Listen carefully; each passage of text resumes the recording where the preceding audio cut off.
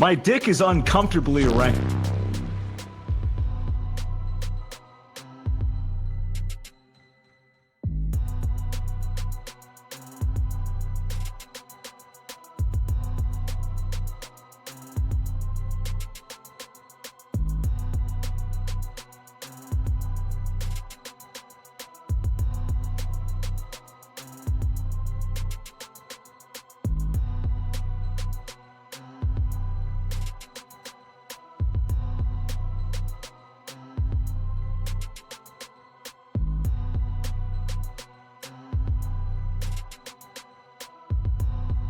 Shut your fucking mouth, you'll do nothing. You'll do fucking nothing.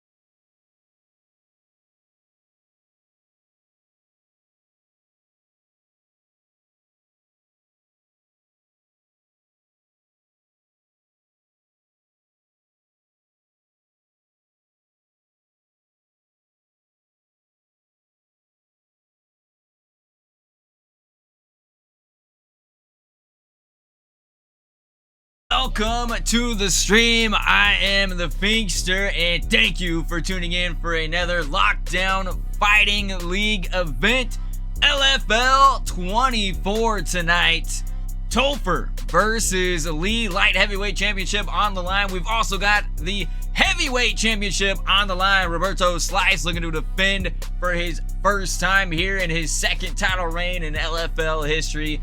It is going to be a banger of a card. Let me bring in my co-host here. Please welcome the big bad booty daddy himself, Josh Hellfire Halesto. What's going on, brother? Can you hear me? Yeah, I can hear you. Cool.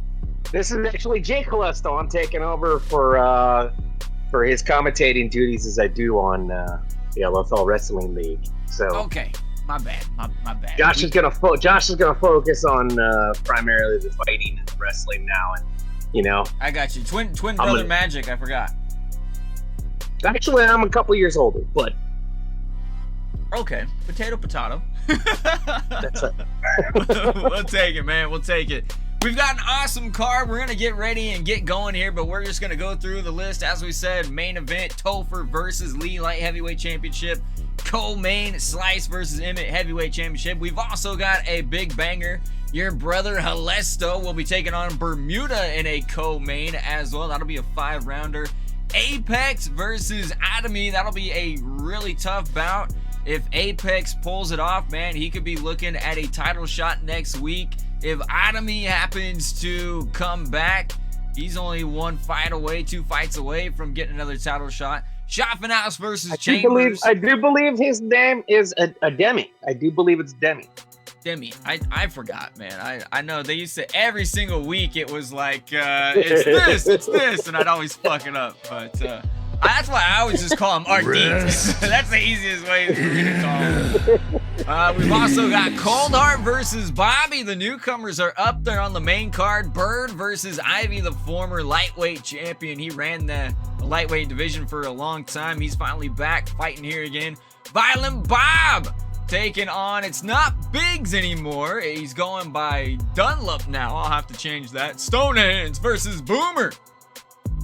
Malkin versus Bobo. That's a big fight there for Malcolm. Bobo's been around for a bit now, and he's looking to get back up into title fight contention. He's got to take on one of these newcomers. Yero will be taking on the debut of Debo Sampson. Nelson versus Johnson. Both fighters looking to get in the win column here. They're both riding a 2-fight losing streak. And then we've got Herma Aphrodite taking on the newcomer Big Bertha Jenkins. That fight is going to kick us off. Before we do, Helesto, give me a few fights here that you're looking forward to the most on this card. Well, I'm looking to see, of course, my younger brother. He's hit a bit of a snag. He's not used to losing, and he's lost a couple in his last few fights, and he's taken it kind of personally. But I think he's going to get back on track. It's good to see Chang Lee get up in the main event when last season he really struggled to even get a W. He seems to have gotten his fight game back in order. I'm kind of, as far as the new guys go, we've seen a lot of talking from this Malkin guy. He's cooking on a whole, 1-2 fight win streak, and or what is it, a one streak? Is there such thing as a 1-fight win streak? You gave me shit when I said a 1-fight win streak, so. Yeah, right.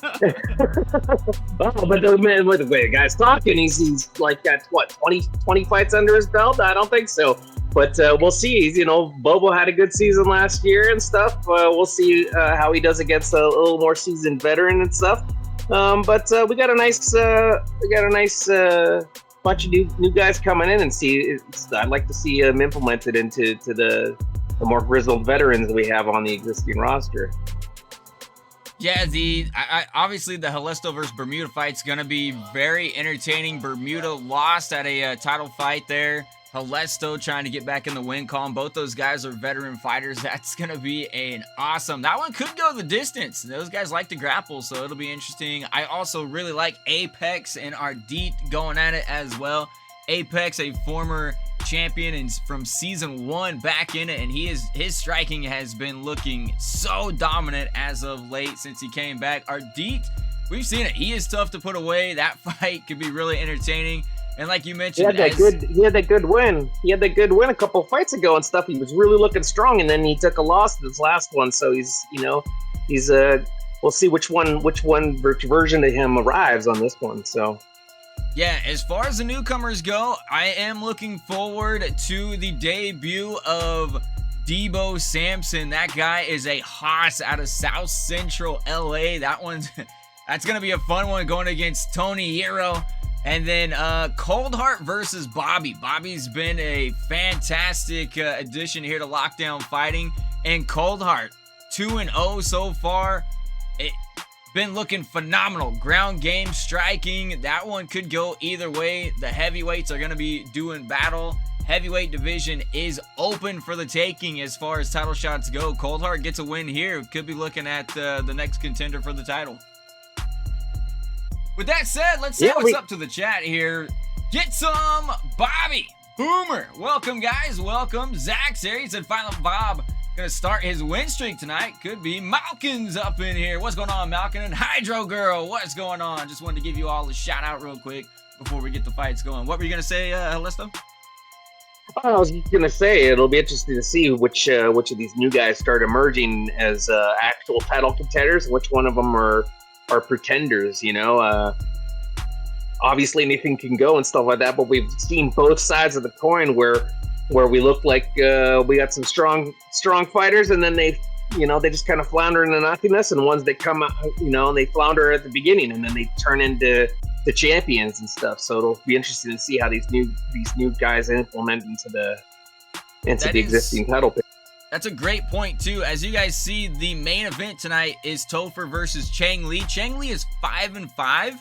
He was 1-5, now on a 4-fight win streak, getting a title shot. So just letting you guys know, even if you're 0-2, 0-3, 1-4, whatever the case may be, all it takes is tweaking around that training. If you ever need help, you can always ask in the Discord. You can shoot me a DM. It is out there. Put in those training forms each week so you can tweak your fighter. If there's something not, if the fighter's not looking right for you, we can always change it up. But just know that you can always get out of the stuff. I mean, some of the guys that we've had here since 2020 when we started this, their records, most fighters are maybe a few wins above 500, few losses above 500, or they're right there at 500. There's very few fighters since we've been doing this in 2020 that have like legitimately good records. I think Topher might be one of the top ones at 16-7. I think Brick is up there somewhere around 15-8, something like that. So it is very difficult to just absolutely dominate the competition with this AI style sim fighting. So never get frustrated. Always let us know. The most important thing is hanging out with us, getting involved in the chat, getting involved in the Discord, because you could be 0-10 and I will give you a title shot if you are a great community member. It doesn't really matter. I'm going to give it to people that are positive in the Discord. Positive, yeah, Zach got a good point. What he's really saying is if you're willing to get on the casting couch with him. That's really what he's talking about. Yeah, exactly. So with that said, and as far as changing the see, this is the thing. You say, oh, tweak the pages. My brother would put it, you just need more practice in the danger room. Yep, exactly. So with that said, let's get our first fight going here. Oh, I thought I had it set up. I must have hit something on my controller that backed it out. Whoops. All right, we will get it set up right now. Coming up next. Oh, we're in the flyweights. That is what happened. Herma, the switch hitter Aphrodite, will be taking on the newcomer, Big Bertha Jenkins, the big powerhouse boxer. Just see which one of them has a new pearl necklace that Pink provided them, and you'll know which one was on the couch with them. Let's take a look at the tail of the tape. Aphrodite will have a 2-inch reach advantage. Let's go into the cage to get this one going. Ladies and gentlemen, this fight is 3 rounds in the women's division. Introducing first, making her lockdown fighting debut, Big Bertha Jenkins.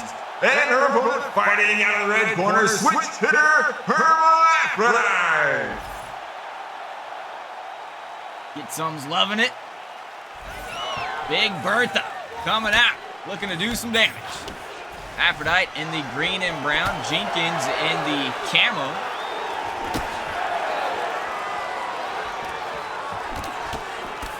Jenkins has that patented low stance there.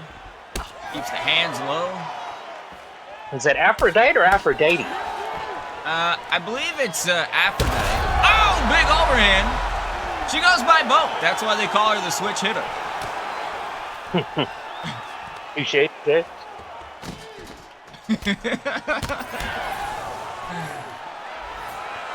Big overhand early in this fight. Oh! Both fighters coming out swinging.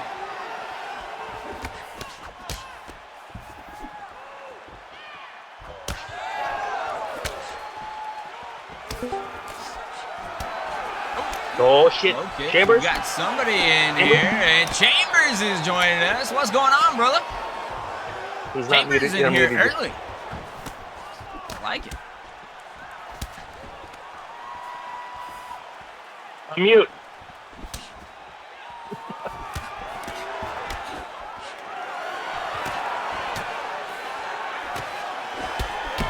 Oh, right left hook combo there from Herma. We are trying to get this women's division going. We need to stop trying to get this women's division going. And chat, please welcome Mike Teacup Chambers here in the commentary booth with us. The bow tips belong to this man right here. Oh! Big left hook. Wasting all my time, I come by and there's a woman's fight. I know. Usually you show up a little bit later.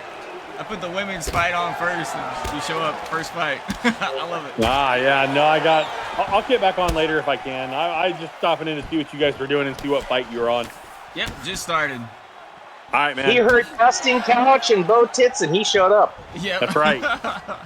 Anytime Bo Tits is mentioned, I'm here. Hell yeah. All right, guys, I'll be back later. All right, man. Like,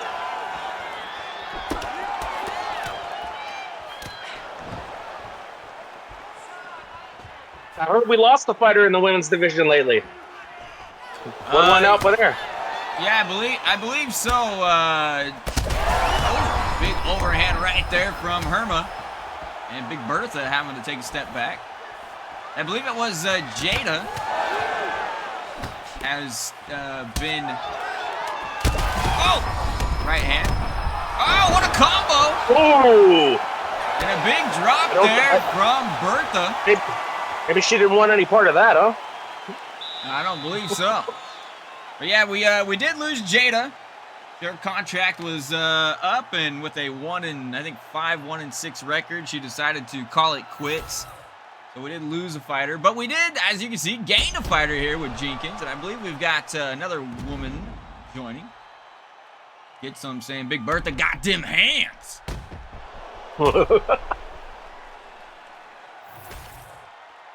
Big shots there. We get ready for round number 2. Both fighters had their moments, rocked each other a bit, but Jenkins scored that big knockdown. Could have won her the fight. Oh, caught the leg, and whoa! Sweep the leg. Didn't get it. Bobby's saying Bertha's going to lose in the 3rd round. Oh! Right left hook again. Jenkins went down. Back up to her feet quickly. Oh, and now a counter left hook there from Herma. Herma looking good. Our current women's champion, 4-0. Has defended the title, and then we kind of lost our whole women's division, so. Nice counter right. It can be rebuilt. Exactly. Gotta rebuild it. With some tough women, what a combo from Herma.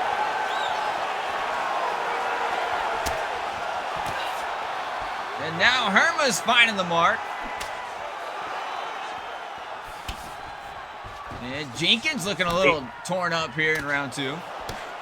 You gotta just take the casting couch off of the table, and maybe they'll come back. Oh my! Big she's uppercut. Jenkins in trouble. Getting hammered. Oh, what a maneuver. Jenkins showing off some grappling skills. Somehow reversed out of that situation. Nah. She's got Herma here. Has the back.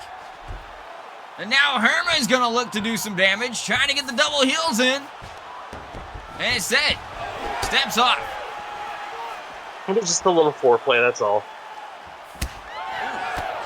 Body roundhouse. Do a little dirty boxing, a little Muay Thai action. Oh, vicious elbow. And these two are going at it. Oh, big overhand right. How much more can Big Bertha take? Whoa, just missed with the front kick. Oh, counter left. Now Big Bertha hammering away with them big hamburger fists.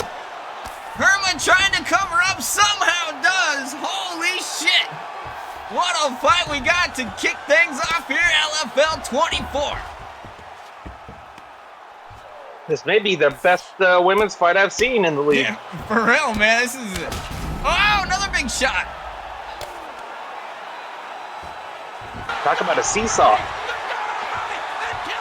Up to their feet they go.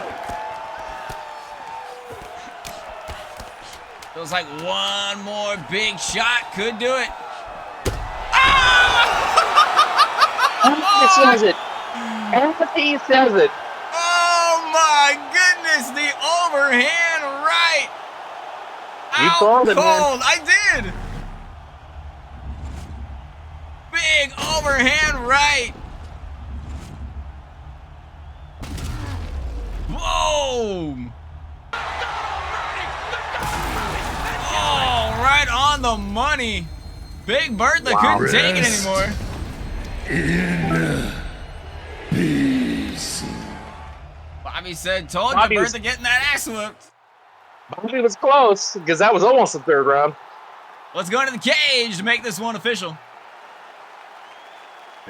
Ladies and gentlemen, this fight has come to an end at the end of round number 2 by way of knockout via overhand. Your winner and still undefeated, the switch hitter, Hermaphrodite.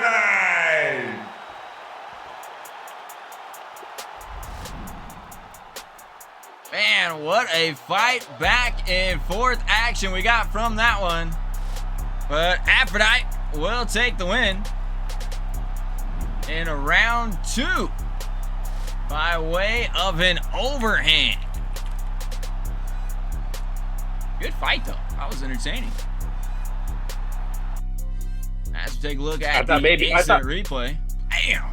I said Aphrodite because I thought maybe that would be a little more like guarded and Yeah, and disguised in that. That's but what I was saying last week, and then Crystal was the one that actually pointed it out, because the Herma and then so you know it's but I got it.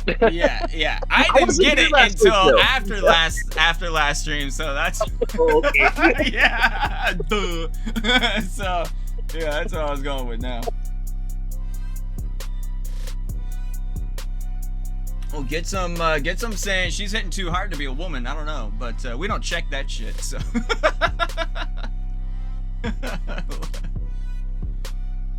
yeah, I'm a little late to the party. It happens. It happens. I'm not the sharpest cookie in the needle stack. Yeah, but when you did the casting couch, you know, you had to push certain things out of the way to get to other things. You didn't. Did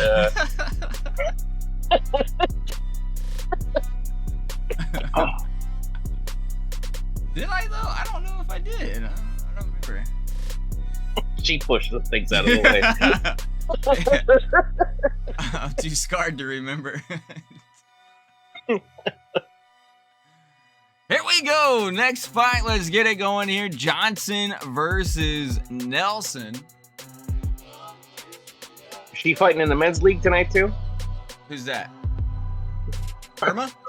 Could she switch hitting? That would be awesome. If there was a way. Right? All right. Fighter AIs are selected. My dick is uncomfortably erect. Apex, thank you for the sub. Appreciate it, man. Good to have you here.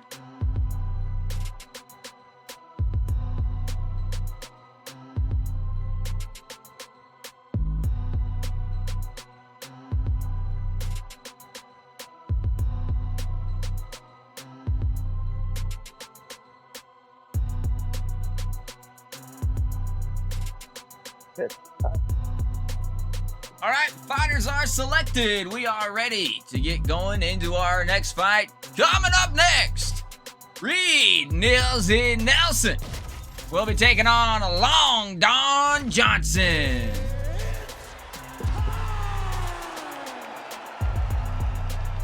Got a big fight to follow, man. That was a good way to kick things off. Yeah. Well, I missed most of the last couple of weeks, but based on what I had seen this season, we haven't had a bad fight. Were most of them bangers? Ladies and gentlemen, this fight is scheduled for 3 rounds. Introducing first, out of the blue corner, Long Don Johnson. And his opponent fighting out of the red corner, Reed Nilsy Nelson.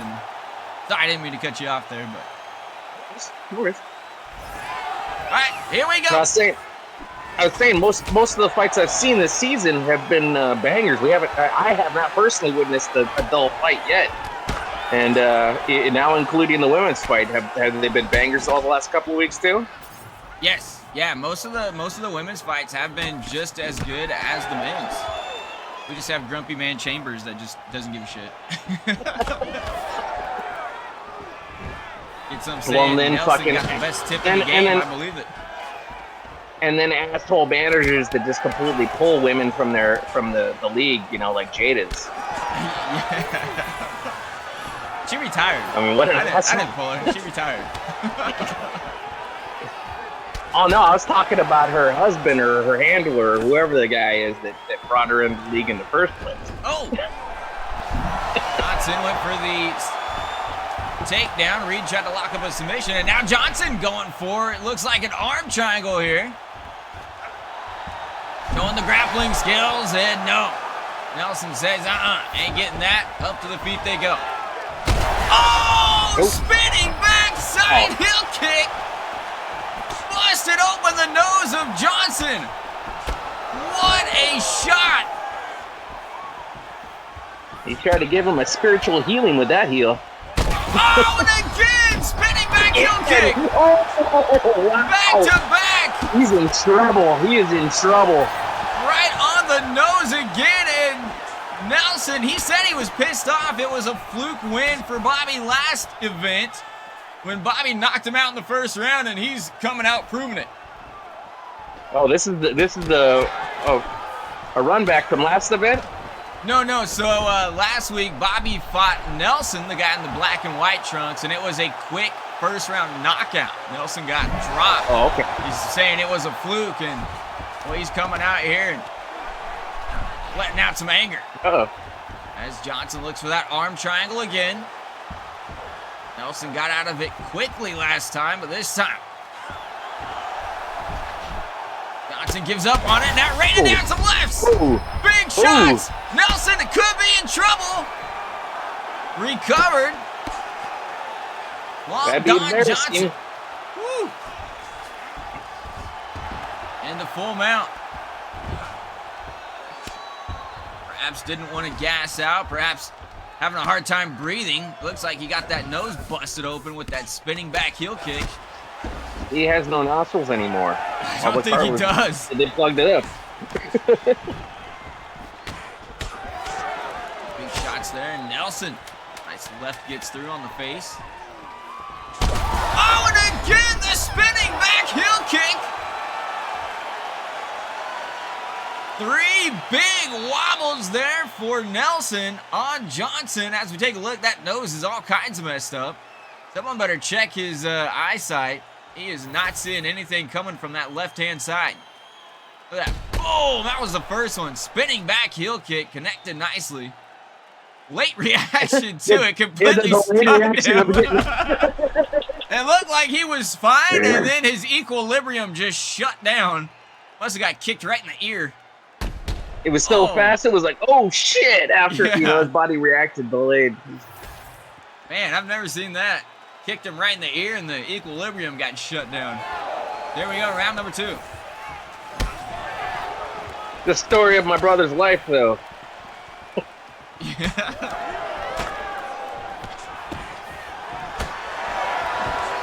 Oh! Massive axe kick got through. Win, lose, or draw. But He's really Johnson gonna answers with a big overhand right. Win, lose, or draw. Johnson's really gonna have to work on his kick defense there. He's taking way too close to the head with those things, man. Another big right hand from Johnson. Yeah, I agree. His defense isn't quite there, but he's finally starting to get some offense going. Oh my! What a comeback victory! Long Don Johnson with a huge, look at, he got spinning back fist and then boom! Uppercut, left hook. Oh! And to finish it. If he wasn't already out, he made sure that switch was turned off going down. Yep, that left hook absolutely put the lights out. Don saying defense overrated anyways. Let's go down to the cage and make this one official. Ladies and gentlemen, this fight has come to an end in round number 2 by way of knockout via left hook. Your winner, Long Don Johnson.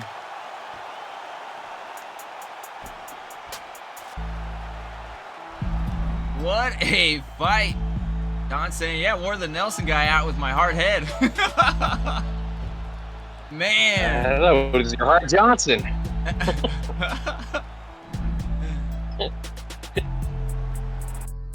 Take another look. A spinning back fist caught Johnson. Turned it into an uppercut left hook combo for the win. Impressive fight there, because, man, after the first round, he just didn't have much going for him.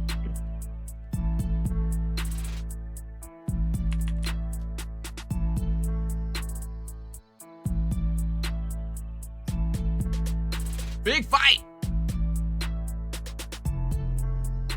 Moving on to our third fight tonight. Eh? I do like the newly implemented replay system he got. Oh, that's right, huh? Yeah, I got to see that. Yeah. I heard you mention it a week or two ago, but I have not seen it. Yeah, we've got that going here. We're gonna be looking to get a few more things going as well.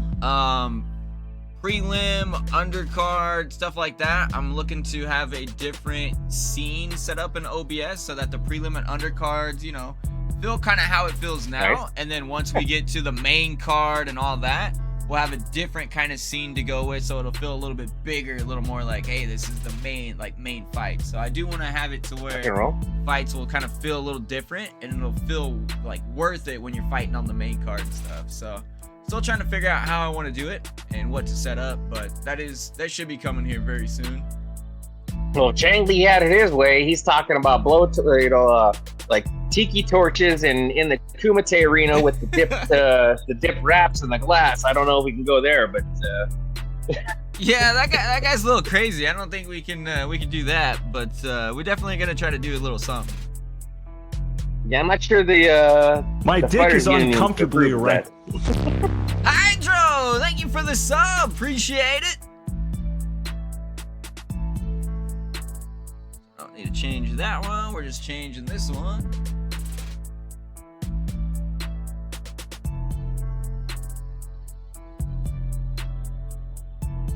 Not a dull moment yet.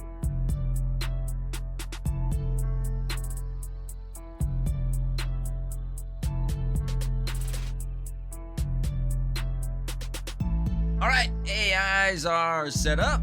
Let's get our fighters selected.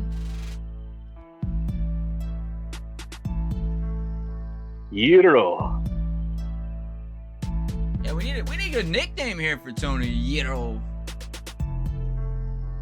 Don't have anything for him.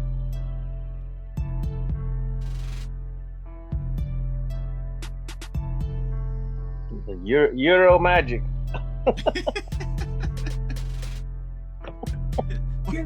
Work in progress. Yeah, that's right.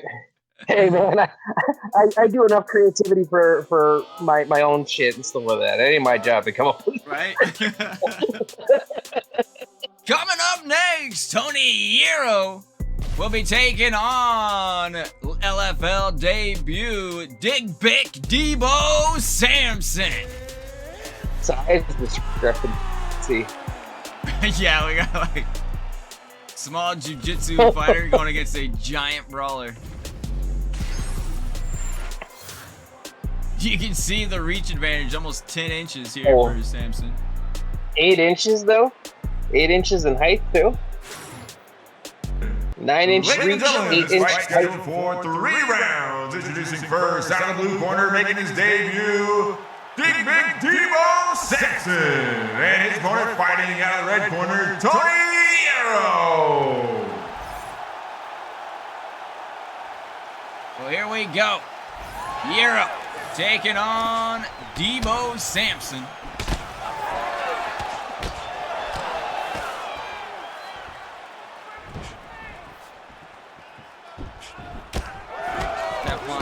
saying Euro is the snack of the league. Gets fed to all the fighters, and we'll see. Look at that, the brawling style of Snack, Samson. he's a beefy boy. Oh! Big overhand left. That's what I'm saying. Debo is an absolute unit.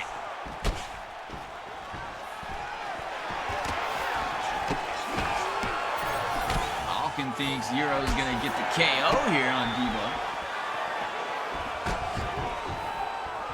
KO? Wow, Euro's more of a jiu-jitsu style fighter. Jiu-jitsu, yeah. If he gets a KO, boy, that'd be impressive. Hopefully gets a big, tall drink of water like Samson. Yeah, this Not Samson saying it's not possible. massive. We've seen some surprises over the seasons in this league, but Yeah, we have. Oh, and look at that. I don't know if that's a good move here for Debo. Came charging in. fall right into his wheelhouse. What is he doing? Got out of it nicely though, and now he's looking to do a little ground and pound damage. Pound that Euro meat, huh?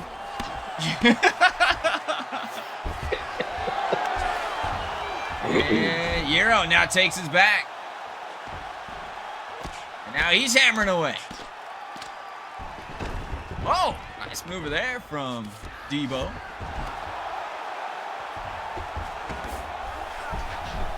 And now Debo looking for an arm triangle. So the big brawler showing off some ground skillers here. And no, Hero slips out. Says, that ain't gonna happen against me. And interesting. Got the leg and yeah, I'm not sure about the whole knockout thing, because I mean, it looked like he just gave him a nice stiff left hook right to the jaw, and he just kind of took it and shook it off. And again, Debo powers down Euro here. And Euro trying to get the triangle or the rubber guard working. And now transitions into an armbar. Armbar. Debo could be in trouble. Euro trying to take that arm. He's got it locked in. Oh! He lost it fast. Wow, is that just pure strength, or did he just let it go? It's tough to say. Maybe he knew there wasn't enough time to fully yank the arm out of place. Either way, that is the end of round number 1. We take a look at Euro's corner. I don't know. If he didn't let that go, I'm not sure that the wisdom on that one. I might have tried to wrench on that thing a little bit. You know, hyperextend that arm, make it a little less useless. From what I've seen here in round number 1, if I'm in the corner of Debo, I'm telling him stay on the feet. You've taken Euro's best shots. Hasn't done anything to you. Stay on the feet and keep working the punches. That's what I'm saying. Full mount this full and give him the old big slap. Oh! There's a counter shot there from Euro. Yeah, that seemed to stun it.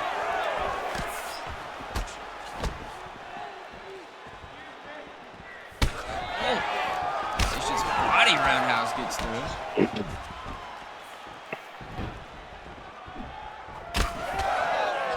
Nice left hand. Looks like Euro thought that he was the one with the 8-inch man! Big overhand left! Debo chases the win here, looking for a ground and pound finish, hammering away. No, Euro, nice reversal into full mount.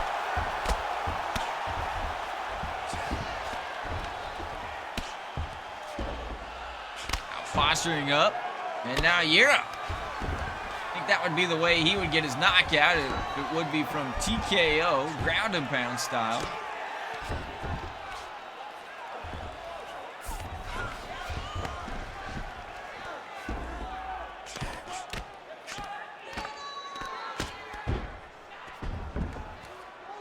Debo so far doing a nice job avoiding a lot of these heavy shots coming in. Not been able to get Euro off.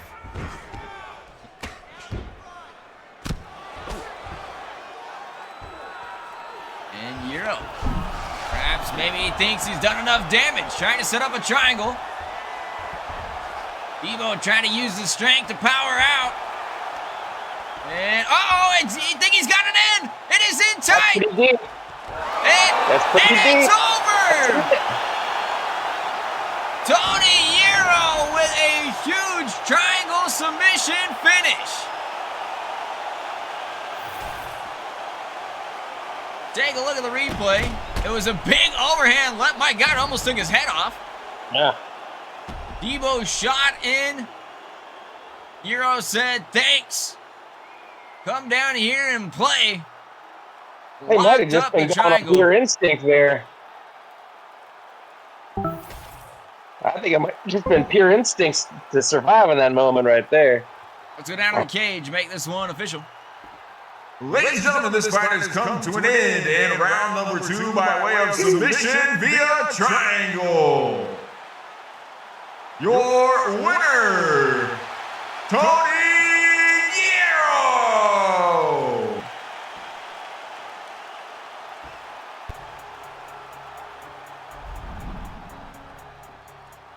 So Debo was looking impressive standing, but man, once he started going to the ground, it just seemed like he was well out of his comfort zone.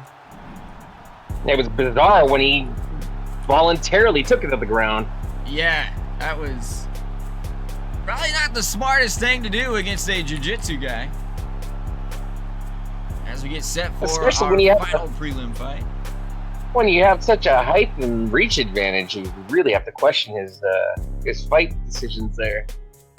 Take a look at the post-fight replay. You can see that was a big shot. Debo thought he could use the power, maybe get the TKO finish on the ground, but Hero recovered, reversed, tried to get some damage through. Debo did do a nice job defending, but kind of wore him out, locked in a triangle. It was game over.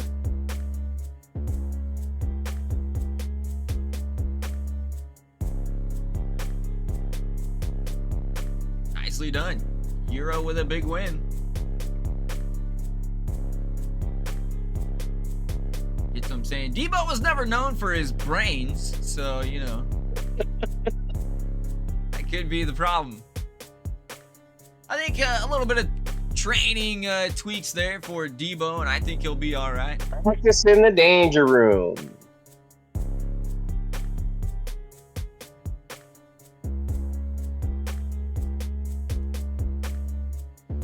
All right, coming up next, we've got Bobo versus Malkin on our final fight of the prelims.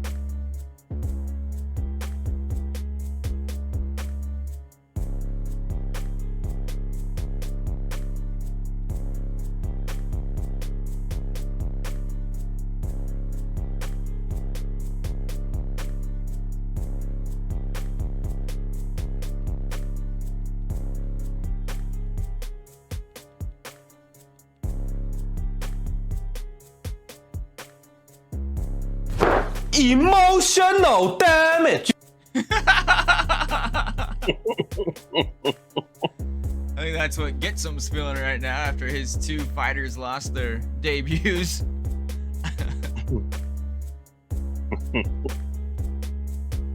Alright, AI fight styles are selected. Let's get our fighters selected here.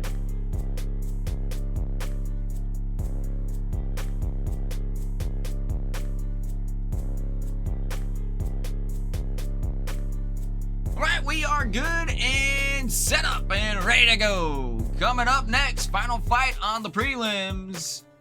Maz Ball the Malkin. Tang Lee might be in the house. We'll be taking on Mythman Basara Bobo. I think he's getting himself prepped, psyched up for the fight. Take a look at the tail of the tape. Boba will have the reach advantage. I think Chang's just psyching himself up for the fight. Ladies and gentlemen, this fight is 3 rounds in the heavyweight division. Introducing first out of the blue corner, Mythman Basara Bobo. And his opponent fighting out of the red corner, Maz Ball Malkin.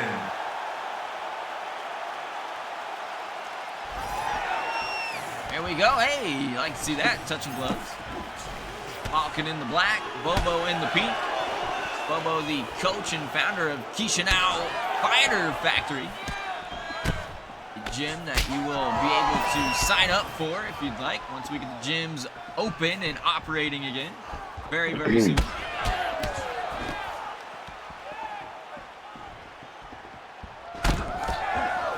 Superman punch connects. Bobo joined us, LFL, last year, 2023. Towards the end.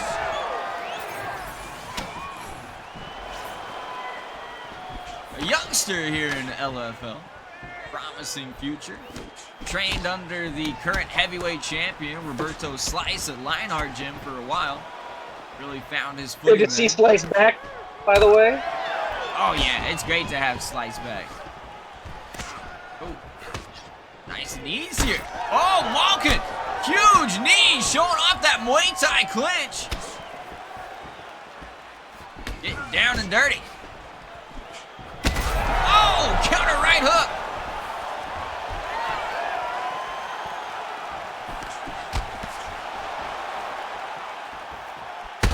Oh, Superman jab. Ooh. Bobo is hurt.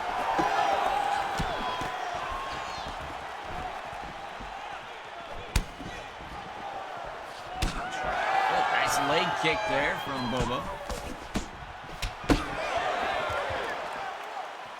He's connected on those Superman punches. I don't think I've seen so many connect so quickly. Yeah, he is. He's really finding the mark with those. Now Bobo's starting to find some shots. Oh, and then gets countered. Big shot. He's in trouble early on.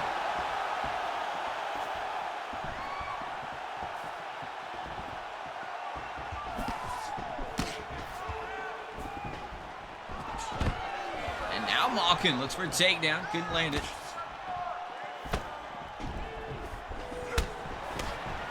Vicious leg kick from Bobo.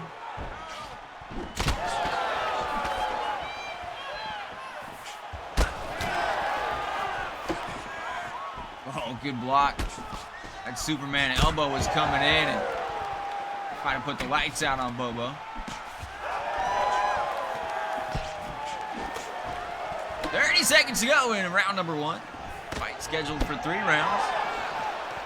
Malkin, one of the shorter heavyweight fighters here in lockdown.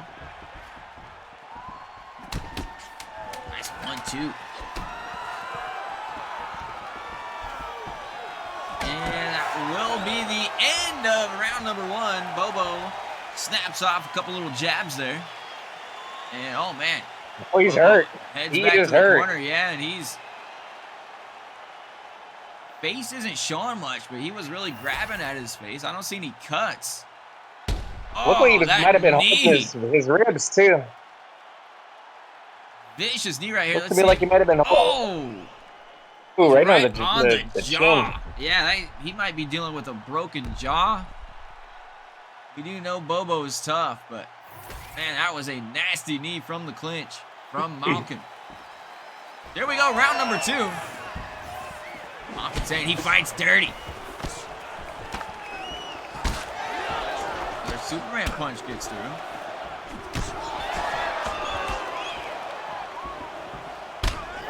And Bobo throws a Superman. Now they're just kind of exchanging. I'm a better Superman. No, I'm Superman. Yeah.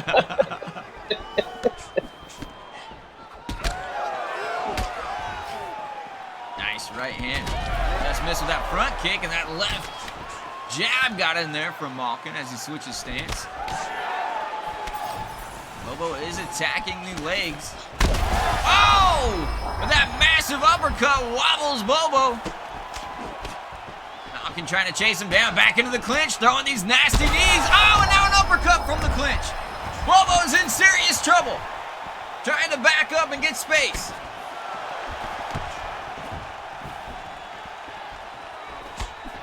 Ooh, and a counter right there from Bobo. And now a big overhand from Bobo. Malkin in trouble. Oh, left, right. Bobo went down. Finds a way to get back up. Another big leg kick. Bobo's attacking the legs, but man, his face is taking some damage. Oh, the left hand gets through. And out goes Bobo Malkin with a huge knockout there. Rest in Take a look.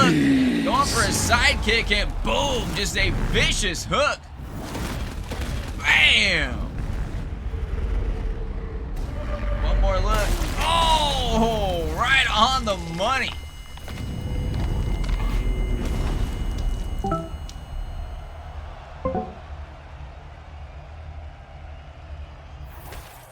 Malkin starting to look great here in the LFL. Let's go down to the cage. Make this one official. Ladies and gentlemen, this fight has come to an end in round number 2 by way of knockout via left hook. Your winner, Murder Mittens, Wild Mars Malkin. Give your balls a tug, you tent fucker.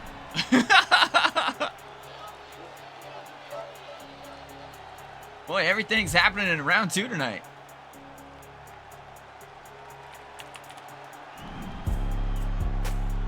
Every fight so far, huh? Yeah, I think everything has been round 2 so far tonight. Hydro saying Malkin sent him home in a body bag. Let's take a look at the post-fight replay. Boom! That big left hook connected. Bobo was starting to get some offense going, but then Malkin caught him. Never a good sign to throw a kick when your opponent's that close to you. That's what happens.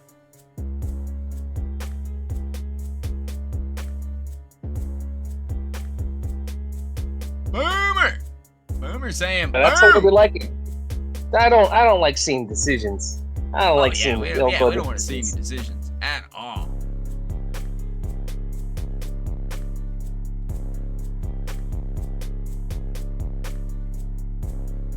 So now we get set for our undercard fights.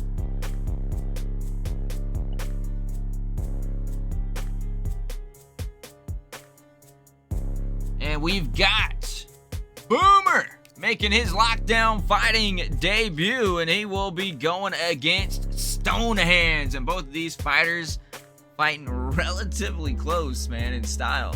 Very similar. Both have the very, very similar AI fight styles.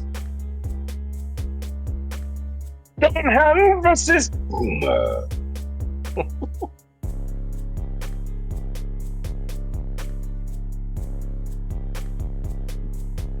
Boomer also, when he's not fighting, he's builds up his cardio playing goalie in hockey. One of the best I've ever played with. Yeah, where's our get him a body bag soundbite thing? I know, huh? We have body massage. You can use that one. That's close. A body massage and body bag? Yeah, close enough. They both say body. Get him a body massage. Yeah, body massage. He dead. Give him a body massage. Wake his ass up. Mine's out here saying, who's next? Calling him out.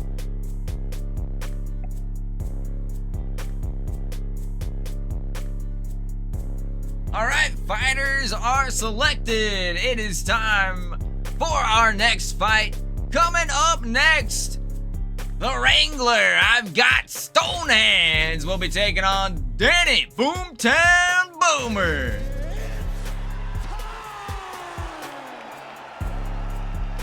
Look at that. They are spitting images at each other.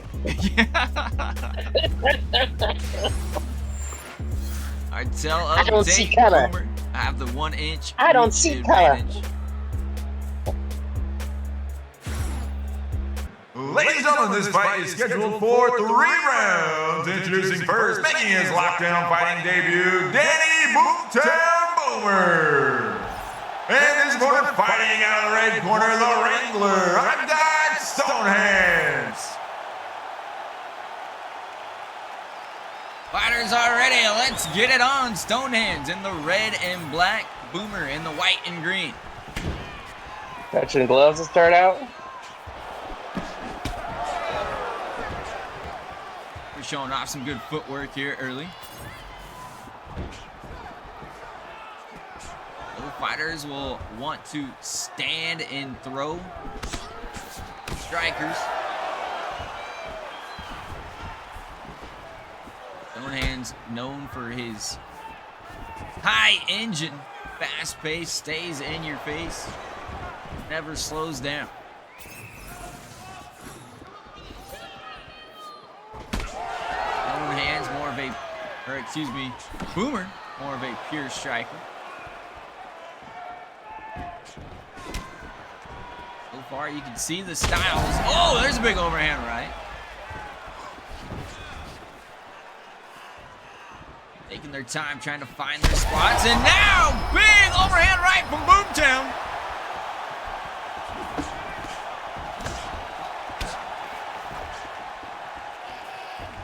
His catchphrase to be, see this? This is my boomstick.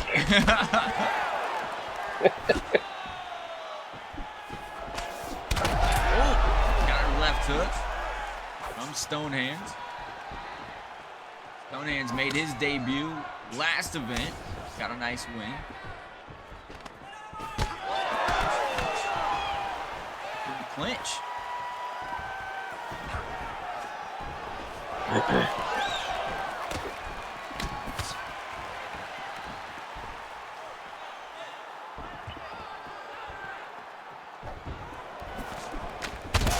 Counter left hook again. That is how Stonehands likes to fight. A lot of counter shots.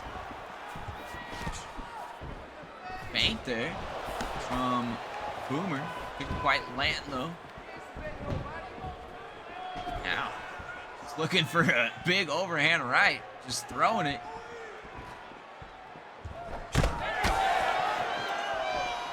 Stonehands doing a nice job leading with the elbow when it gets in tight. A lot of fighters will do that. Oh, big overhand right. Stonehands. Another connection.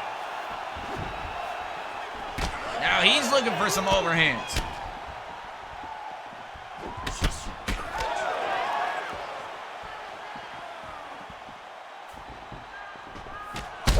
Oh, again the counter.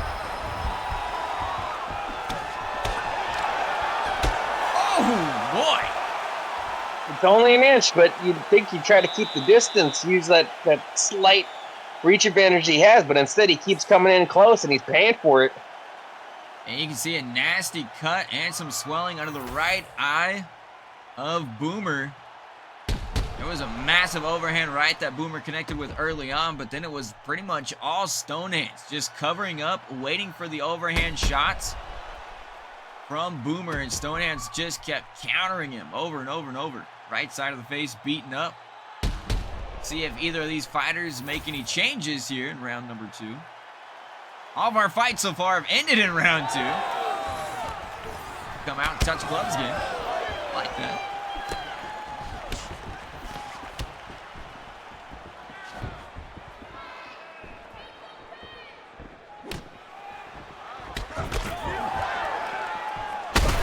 Oh! Right hand connects from Boomer. That did some damage. Stonehands on the retreat now. Body roundhouse.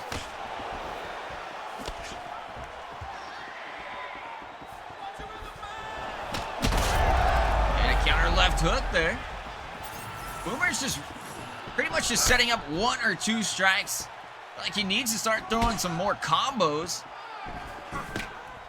He is working the feints a lot to try to get Stonehands to open up. For the most part, he's trying to just lead with big shots instead of jabs and straights. He's connecting, but boy, when he doesn't, taking a lot of damage. There's a good shot to the body. Yeah, it's like feast or famine, huh? Yeah.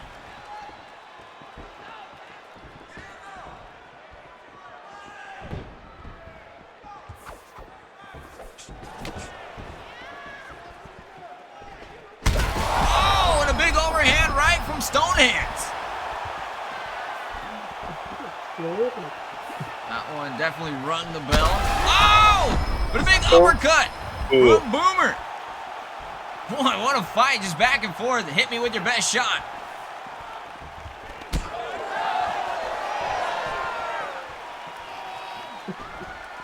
Another cut has opened up. Oh! Oh! Boomer went down. He's back up, and he gets right back up and starts firing. Oh, and another big overhand. I'm not sure he can see. The right hand of Stonehands just connecting at will now.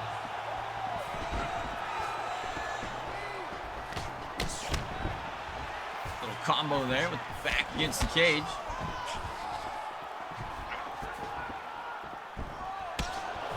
This is a very technical fight. Both fighters trying to set up their strikes. A big straight right hand. Drops Boomer. Under a minute to go in round two. No one has come out of round two tonight. Big shots here from Boomer.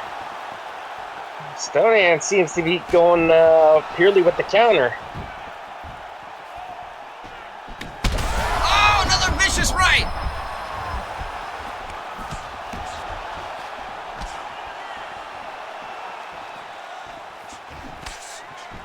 Whoa, boy.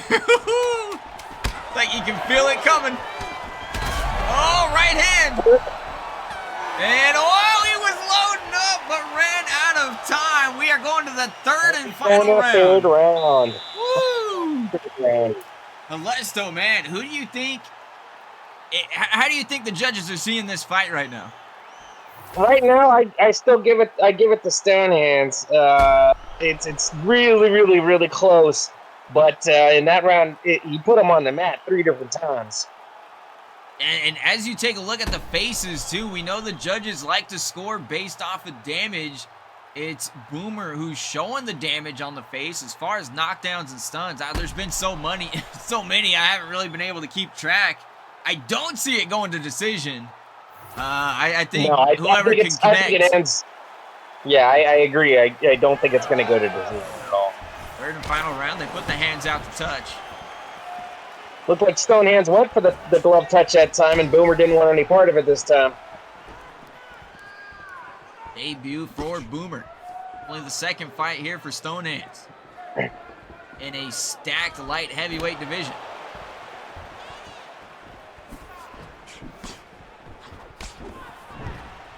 We're starting to work that jab a little bit.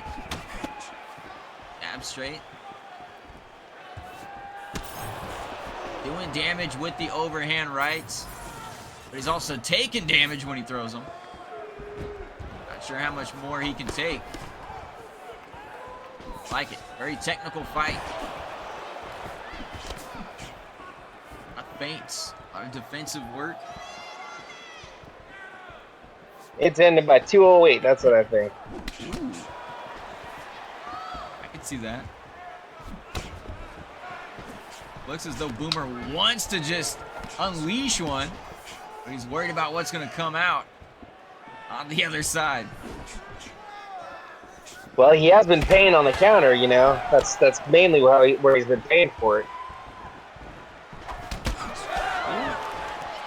Oh, Stonehands trying to work the clinch. Got a nice little uppercut off. Oh, big overhand! That is huge! Halfway through the third and final round, and Stonehands connects with a knockdown. Oh, and another one! Just a quick straight right on the face. Oh, but a big uppercut! Boomer scores a knockdown of his own.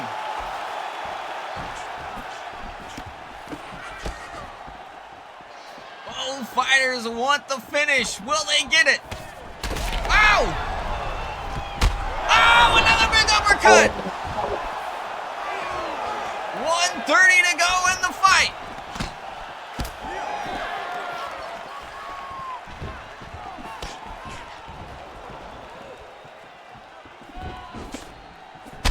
Whoa! Another right straight from Stonehands. Holding his tent. Oh, Boomer's hands are low, but he answers with a right of his own. Holy shit! Oh. Zach says, who's gonna die first? Boomer is gassed out. His hands are low. 30 seconds to go. I don't know if he's going to throw anything. I don't know if he's got anything left to throw. Oh, he did! And Stonehands caught it. Boomer wins in his debut. What a fight. We got to see the scorecard on that one. Boom! Set him up with the jab, and then the right straight came through. I don't know what the judges thought, but I think if he had just held out for the 15 seconds, he might have pulled out that decision. I think so as well. You gotta wonder if that was just a mistake coming in, because I know Boomer looked like he was done, but you know, I think he just kind of waited it, and anything that he had left, he was just gonna throw at him if he had to. But oh my goodness. Could have suckered him in too. Let's go down to the cage and make this one official. Ladies and gentlemen, this fight has come to an end in round number 3 by way of knockout via straight, winning in his LFL debut, Danny Boomtown Boomer. Boomer saying, and he goes down. What a fight. Yeah, we'll take a look at the scorecard real quick here, because it was close. Overall, Boomer had 6 stuns to 4, but Stonehands had 6 knockdowns to 3. Ooh, man, it is extremely close. Round number 1, it looks like that would have went to Stonehands for sure. Round number 2, that was all Boomer, looking back at it. Although, well, I don't know, 4 stuns to 2, but 3 knockdowns to none. That's tough. The judges score it. And then round 3, it was really close. Judges scored it. Stonehands 19-19. Boomer, Judge 1 had it 19-19. Judge 2 had it 20-18. And Judge 3, 20-18 for Stonehands. Yeah. So, yeah. All you have to do is wait it out. It would have been close. But it does look like Stonehands might have won it in the decision, but he said, nah. We finished our fights around 2018 to me. Yeah. The 2018s to me. Yep. Man, what a fight, though. As we take a look at the post-fight replay. A beautiful jab opened it up. Boom! Right straight. Had already done so much damage to Stonehands.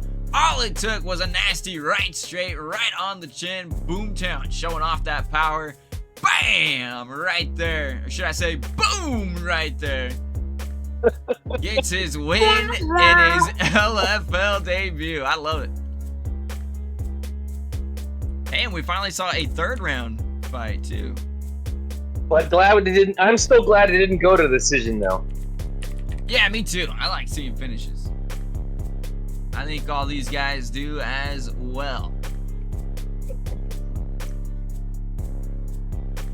There we go. We'll get our next fight going here. It'll be Violent Bob taking on. Oh yeah, let me change that. It's no longer Biggs anymore. Now I think it's Dunlop. What did he do? He got his name changed.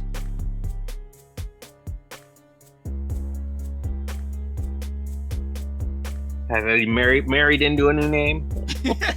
No, he went full name change. I have known a dude that took I on beat him that bad last week. name. He had to change his name. I do know a dude who married into and took his wife's name. I do know a dude. Oh yeah, I feel like that's pretty common now.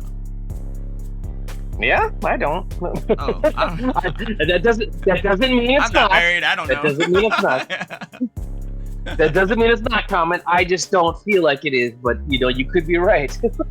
I don't pay attention to anybody else's. I guess it's more like it's more common now, I guess, than before. Let's put it that way. Fair. Yeah. All right, let's get these AI styles set up.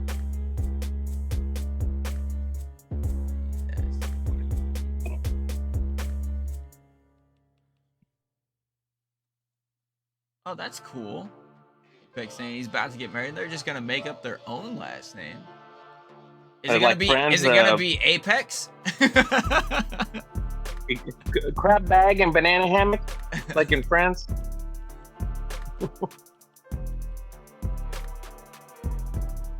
Yeah, it should definitely be Apex.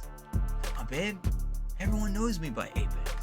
Don't you want to be the Apex couple? I think that's pretty dope.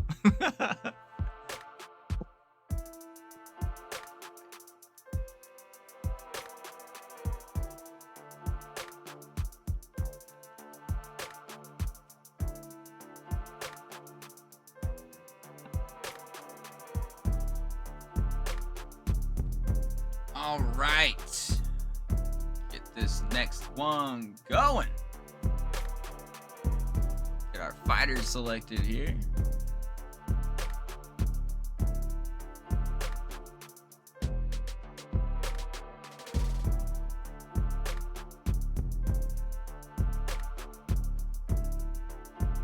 I'm gonna paint a happy tree all over your face. All right, here we go. Next fight is set up. Let's get into it. Coming up next, Violent Bob Ross, Zach Jones will be taking on Reggie Rush Dunlop. A little karate versus a little jujitsu. Gonna karate size your ass. Zach said it's time for the Violent Bob to get back in the win column. Ladies and gentlemen, this fight is scheduled for 3 rounds. Introducing first, out of the blue corner, Reggie Rush Dunlop. And his opponent fighting out of the red corner, the Violent Bob Ross, Zach Jones. A veteran around these parts, been here since 2020, Violent Bob. In the purple, Dunlop in the white.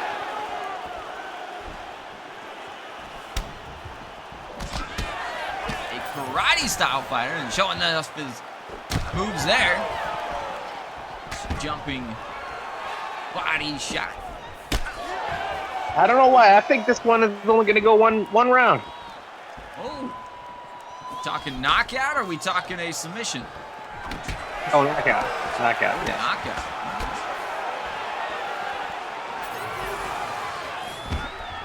And Dunlop again looks for that single leg. Couldn't quite get it. And oh, look at that Imanari roll.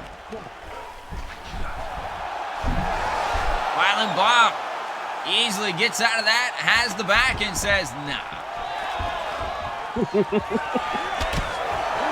Just counter right hook.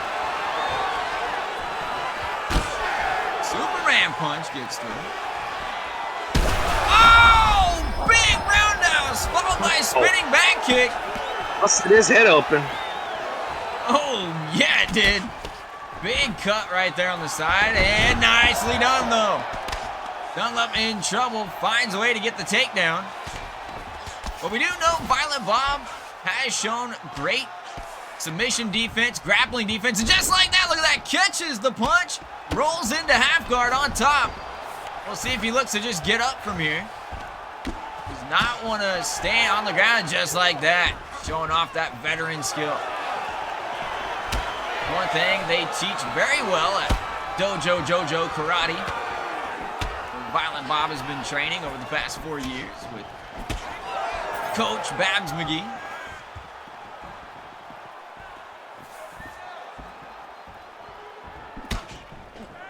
Right straight.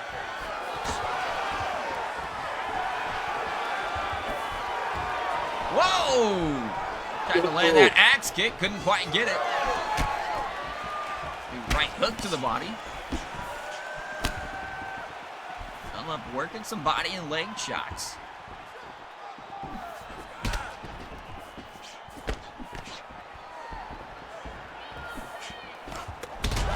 Ooh, counter right. Just a vicious straight. And again, nice sprawl there from Violent Bob. And back up to his feet. Oh, cameraman. Nice hook kick from Rush.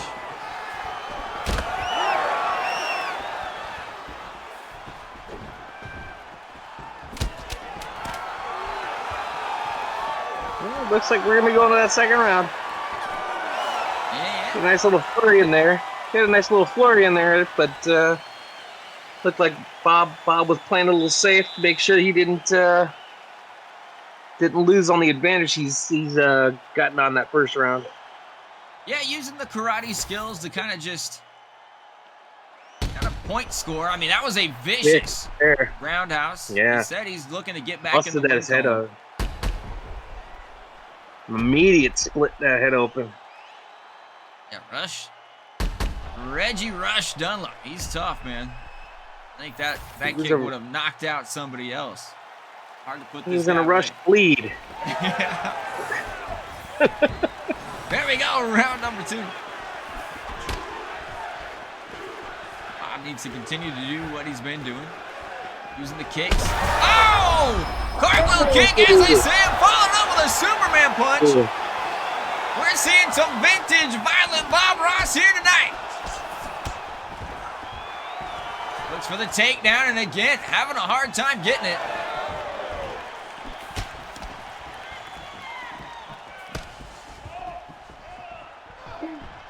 Bob switches stance again, looks for that crane kick, or excuse me, axe kick. Now just a push kick. Right now. Oh! Flying knee! Followed by a straight. Right now. It's just looking like a really Rush. bad matchup. What a takedown! So Rush finally lands a takedown, had to get it. Bob was looking for another spin kick, and Rush just jumped in there, grabbed him, and gave him a little semi-German. But again, Violent Bob quickly back up to his feet. Zach's got to be loving this, watching this. Watching Violent Bob pick his shots. Knockdown after knockdown. Now goes for another cartwheel kick. Ooh, little counter left there from Reggie. And now taken down. Zach really started to open it up. Maybe got a little too impatient. Gets taken down. And nicely done there from Dunlop. Moves into side control. Back into half guard. And back into postured up side control.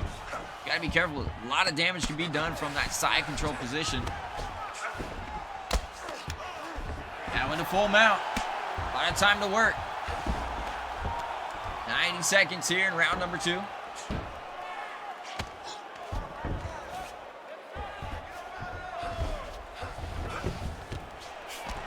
Violent Bob gives up his back. Not a good spot. Oh, right hand's getting through. Falls back. Full mount here for Reggie. Hammering away with left hand. Does he know he has a right hand? I'm not sure.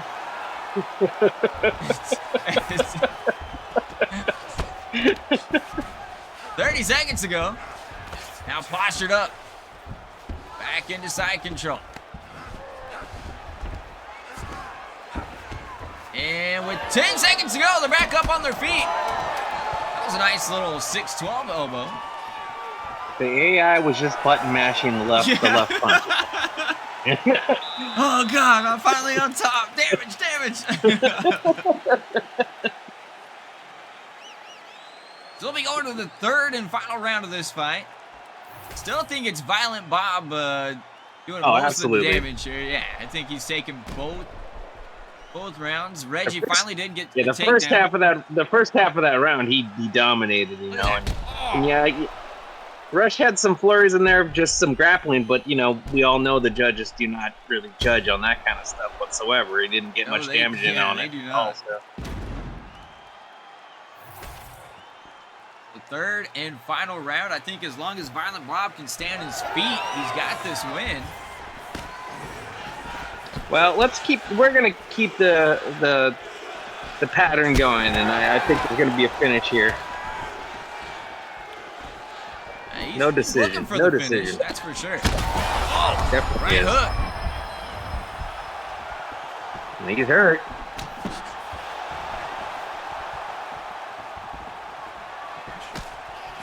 Oh, roundhouse connects. Oh, and he just shoves him down against the cage. Very disrespectful. Yeah. Oh, and now a nasty shot to the body. Violent Bob said it is time to get back to the winning ways, and he is showing it here.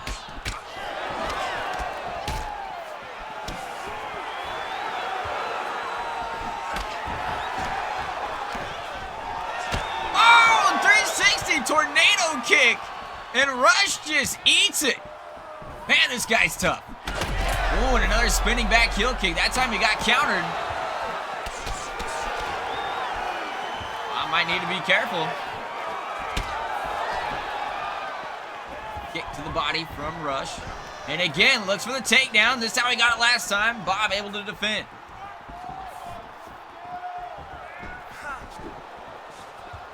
Did you hear that? Huh. He moaned when he threw that kick. Oh, counter right.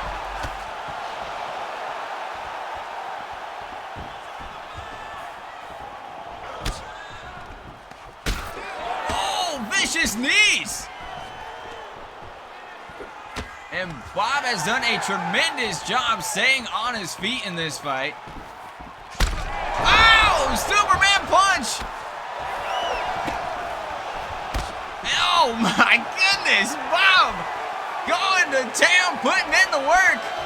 Hands are low on Reggie. He is eating some serious shots here in this fight. Oh, the left jab. It almost feels like Bob's been.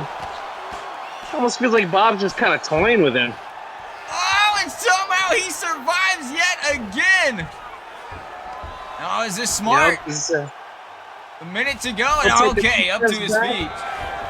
He'll let Rush throw some punches. He'll just kind of casually sidestep him, pop him a few more. Oh! That's it. That's it. Left hook. He paintbrushed him just to finish it. He paintbrushed him to finish it. Oh, look, we get a little Violent Bob boogie dance. I don't know if I've ever seen that. I don't think I have either. Look at the counter left hook. It was finally really too happy. much. Oh, I think that He might was have been really on the happy back to of get the back head. in the. Really happy to get back in the win column. Oh. He made contact with the ear, and that's the rule. As long as it's right by the back of the ear, it doesn't count as the back of the head. The veteran Violent Bob looks like he is back in winning form. Let's go down to the cage and make this one official. Ladies and gentlemen, this fight has come to an end in round number 3 by way of knockout via hook. Your winner, the Violent Bob Ross, Zach Jones.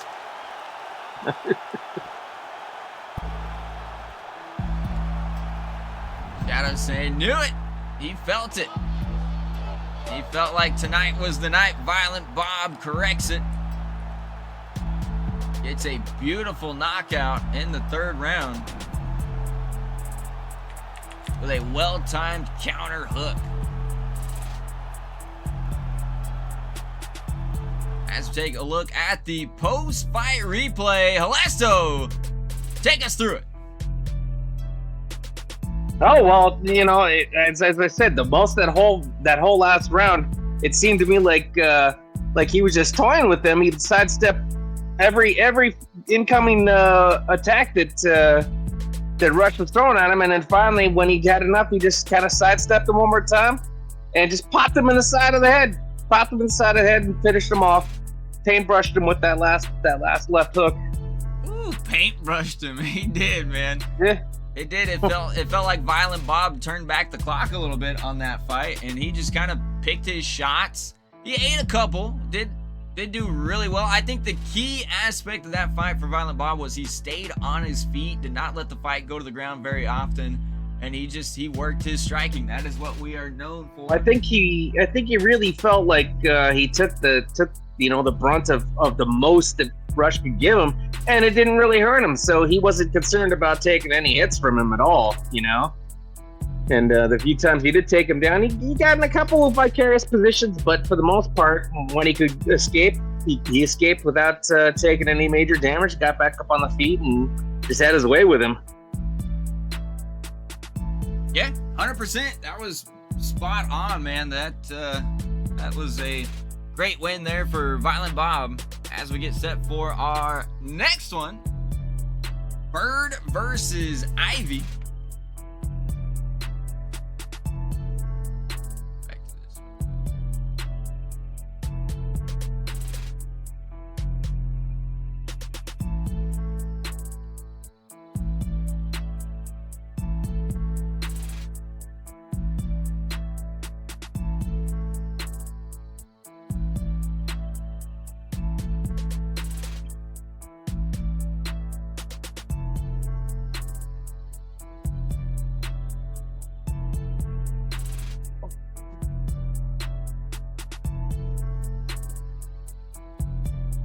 Bobby's saying almost time for the real champ to come to the cage. Head to our. No, Helesta doesn't come up for a little while.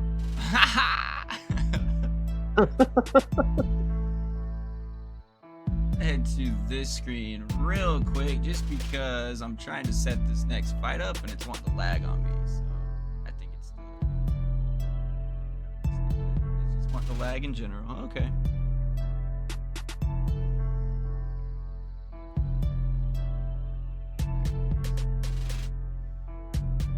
So this next fight, we've got similar fight styles going at it yet again. So this one's easy to set up for me.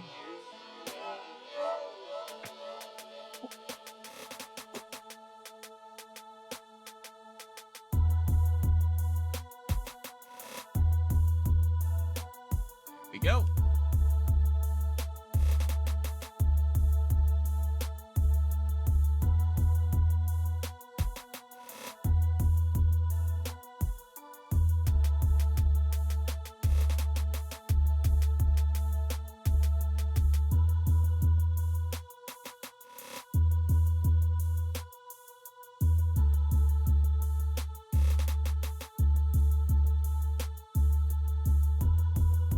All right, if you enjoy some good jiu-jitsu action, get ready for the next one.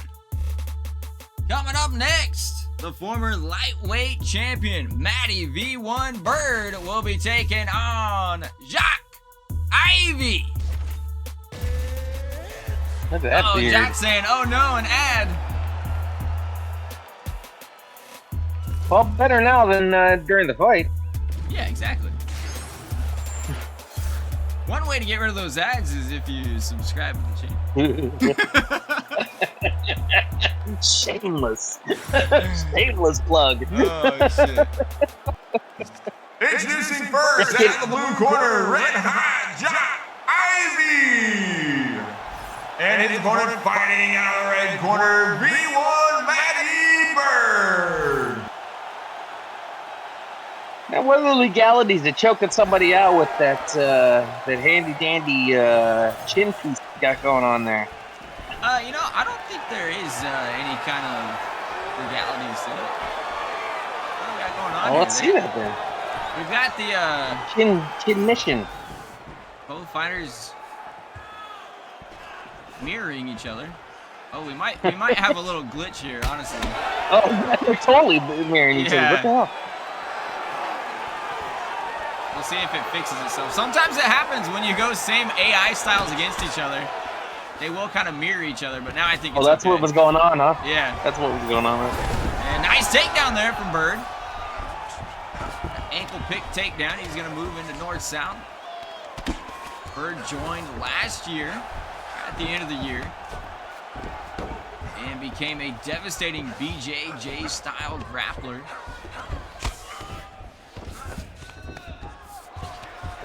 Lightweight champion when we had 3 divisions going.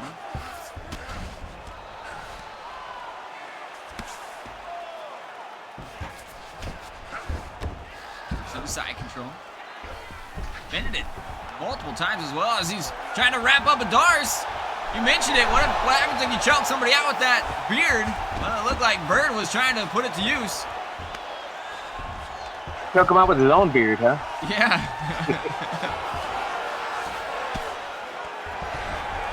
So now Ivy on top here in half guard. Got out of that submission attempt rather quickly. Moves into full mount.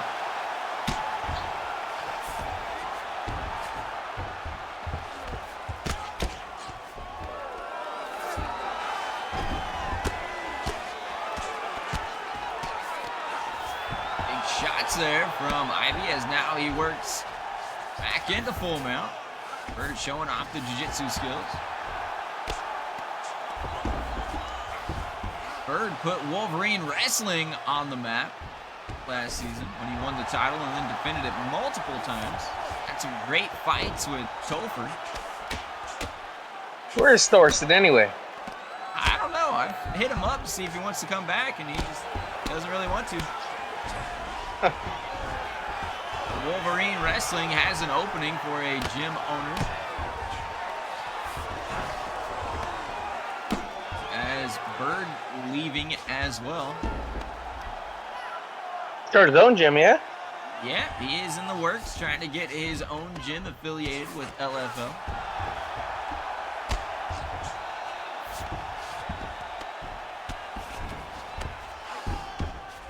Ivy works into side control. And I mean, you can see here, I mentioned, if you like jiu-jitsu, this is going to be the fight for you to enjoy.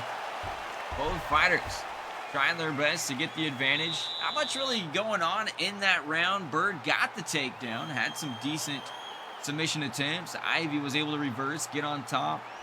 He tried a couple submissions himself. That round honestly might just go either off the takedown or, although in the replay, some good ground and pound from Ivy as Bird, I don't think really got any ground and pound off. So perhaps maybe Ivy's round. So what do you think? Tough to say, you know. I mean, when you have two guys with such similar styles and stuff, and they're going for the grapples and stuff, and you know, was any damage really incurred on any of those? I don't know. So it's kind of forcing the judges, in my opinion, to look more at the grapple game and take a little bit more of a fine-tooth comb to whether or not there's technical things going on in the wrestling portion, as opposed to merely just the strike damage game. Yeah, it would be interesting to see if there's not much striking happening, if the judges will actually judge based on ground control time, takedowns, as Bird lands another takedown. Sitting in guard. Ivy trying to use the cage to get back up to his feet. Bird not allowing it. Now moves into half guard. I mean, we talk about the mixed martial artist part that, you know, I mean, seems like the judges sometimes forget about the mixed portion of martial arts. Yeah. And oh, nicely done there. Bird was trying to set up an arm triangle. Ivy slips out, and they're up to their feet.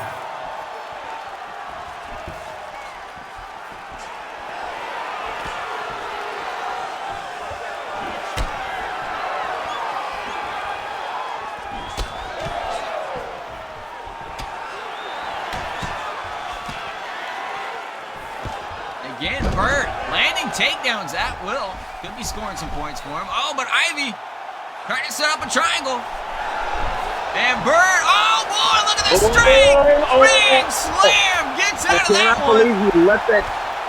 I would have let that go. Ivy lucky he's not rocked after that big slam. And now Bird going for the arm. Can he get the hands separated? Oh, it's in! Ivy, no, finds a way to get out of it. Bird stays with him. Now hammering away with left hands. Ivy stunned. Could this be it? Oh! Bird gives up. Perhaps didn't want to gas out, or I don't know, maybe he did lose everything in the tank. He went for the finish. Couldn't get it. Ivy nicely done, gets him back into guard. Now Bird throwing some lefts and rights. Oh, nice counter there. Now Ivy on top and full mount. Minute to work here in round number 2.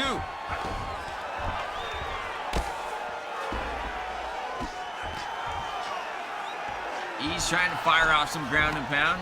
Perhaps thinking he's maybe lost this round. Got to do what he can. Now trying to set up a triangle. He got power bombed last time. Rolls it back into full mount. And now he's throwing some lefts and rights. Both fighters here at the end of round 2. That was still Bird's round, though. That was still definitely Bird's round. Oh, yeah. I believe so as well. I think that one for sure was Bird's round. Multiple takedowns. Had a big slam. Almost got a submission off. Had some really good ground and pound. Almost finished it a couple of times, as far as I'm concerned. If he had a little more left in the tank, I think he does finish that. Yeah, Ivy's showing his toughness off as he was taking some big shots. Lucky the ref didn't step in and stop it. Third and final round. Will we see a finish? Chat, let us know. What do you predict? They will touch gloves.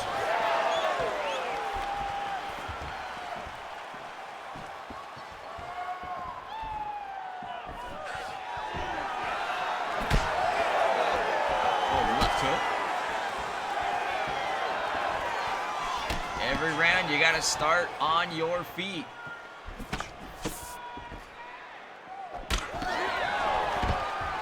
Bird again with a takedown. Bird being the aggressor, getting the fight to the mat. He wants a finish. They are very, very similar in nature, but I really feel like maybe the experience is what's winning this fight right now. Agreed. I mean, this is a big spot here for Ivy. Only a couple fights into his LFL career, and he's taken on a former champ. Recent former champ, too. Yeah, exactly. And not just he had the title and then lost it. He defended that thing multiple times. I think it was 3 or 4 title defenses in a row. Absolutely dominated that lightweight division. And I believe he tried to step up, right, and lost. He did, just for before. An arm triangle. And no, Ivy able to break out of that. Now he finds himself on top. There's a super fight coming, and then it fell apart right just before the super fight. Yep. Been trying to find his winning ways ever since. Same thing happened to the other half of that with my brother. Yep. He had been defending, and he lost it just right after that too. Big shots here from Ivy. It's a really close fight. This third round could be crucial for both of these guys. This may just go to a decision. It could be 1-1 in the judges' eyes, so this third round, we will definitely take a look if it does, as I feel it's extremely close. But what do they score? Because that first round was pretty tight. It could have gone either way, but that second round definitely was Bird's. Oh, Bird looking for the rubber guard. Nasty elbows. Oh. He doesn't want it to go to decision. He doesn't want to find out. Nicely done there. Back into side control for Bird. Ivy quickly gets him back into his guard. And now Ivy sweeps out and takes his back. 20 seconds to go. Oh, if this is me, I am just on. Oh, flattens him out. Oh. Tries to get the neck. There's not enough time. Enough time. We go to this decision. If he had maybe 30 more seconds, that might have been really bad for Bird and really good for Rush, but oh my. Take a look at the highlights. A lot of takedowns for Bird. I don't know. This is really close. Could go either way. I think that Bird. Oh, they both think they won. Yep. Let's go down to the cage and make this one official.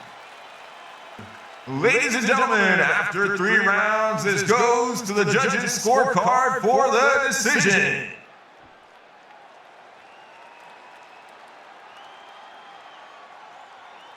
We'll take a look at the card. Your winner, V1, Matty Bird. And man, you can see it on his face. He is absolutely ecstatic right now. Ivy can't believe it. Well, he can't possibly think he got robbed, even if he thought that he did enough to win. It was extremely close. I'm assuming it was split decision. Let's take a look at the overall stats. You can see Bird did land 13 out of 27, 10 out of 30 for Ivy. 44. Boy, Ivy landed way more total strikes, though. 82.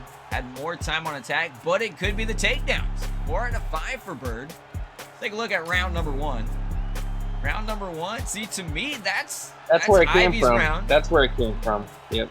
Yep, I think Ivy definitely took round number 1. Round number 2, you take a look, and it is all Bird. 2 for 2, total control. Significant strikes are crucial. And in round number 3, man, it was close. 2 significant strikes to 1. I think it's the strike percentage as well. We know that does play a bit, 50% on the significant strikes. Look at 21 out of 26.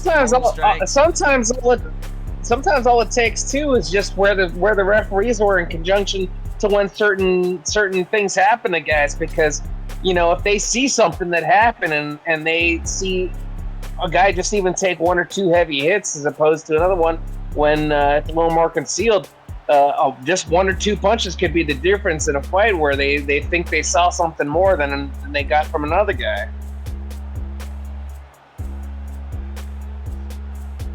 Yeah, and you can see there on the screen, it was split. Judge 1 scored it, 29-28 Ivy.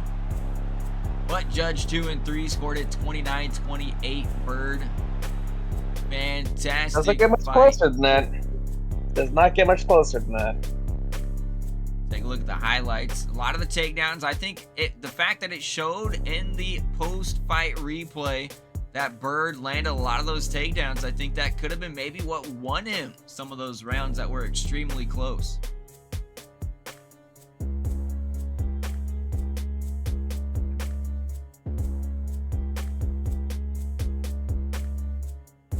All right, now we get to hit our main card fights. Starting with Cold Heart versus Bobby. This one should be a fun one. But before we do that, we will take a quick little intermission break. And we will be back momentarily.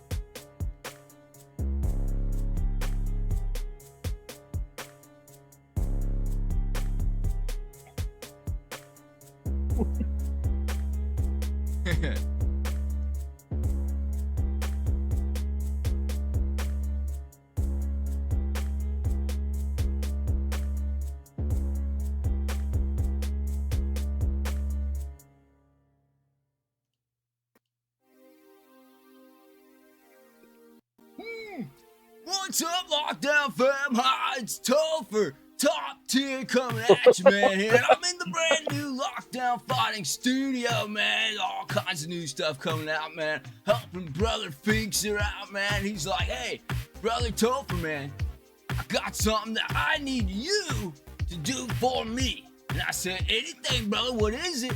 And he's like, yo, man, check this out. We got new Lockdown Fighting mugs, and we got new Lockdown Fighting tank tops. Now I need you to get the word out, man. Show everyone, because you got the style, man. You got the everything.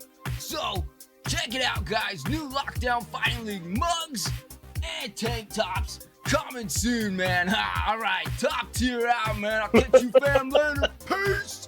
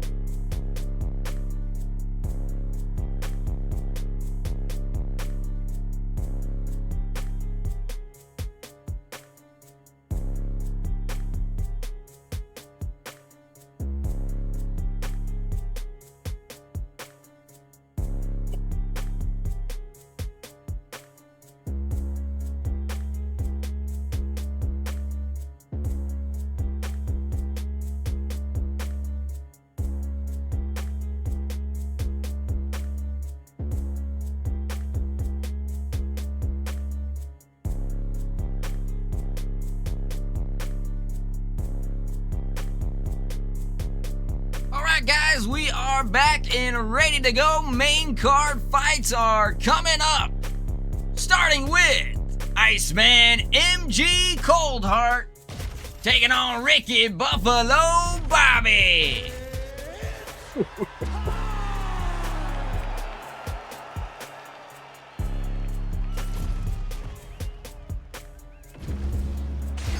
Starting our main card here with the couple heavyweights going at it. Coldheart has the reach advantage. Let's go into the cage, get this one kicked off. Ladies and gentlemen, we are live. Main card fight time. This one's scheduled for 3 rounds. Introducing first out of the blue corner, Ricky Buffalo Bobby. And his opponent fighting out of the red corner, Iceman MG Coldheart. Here we go! Time for the big time fights. Coldheart in the blue and white, Bobby in the black and camo, and Coldheart comes out with a huge overhand left. Coldheart, since making her lockdown fighting debut, 2-0. One of the best MMA style fighters we have seen in a very long time. Can stand and throw big punches, can be on the ground and work submissions, and another big overhand left. Taking it to the scrapper, Bobby. A promising up-and-comer here in lockdown. Took down the Hall of Famer Greg Dundee with ease. Couple That of was a hits surprise. back. It was. Not in a victory and loss, but just how easy it seemed to be. Bobby looking like he's got his feet maybe underneath him now.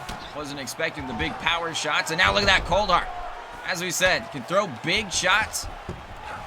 Can also work the ground game.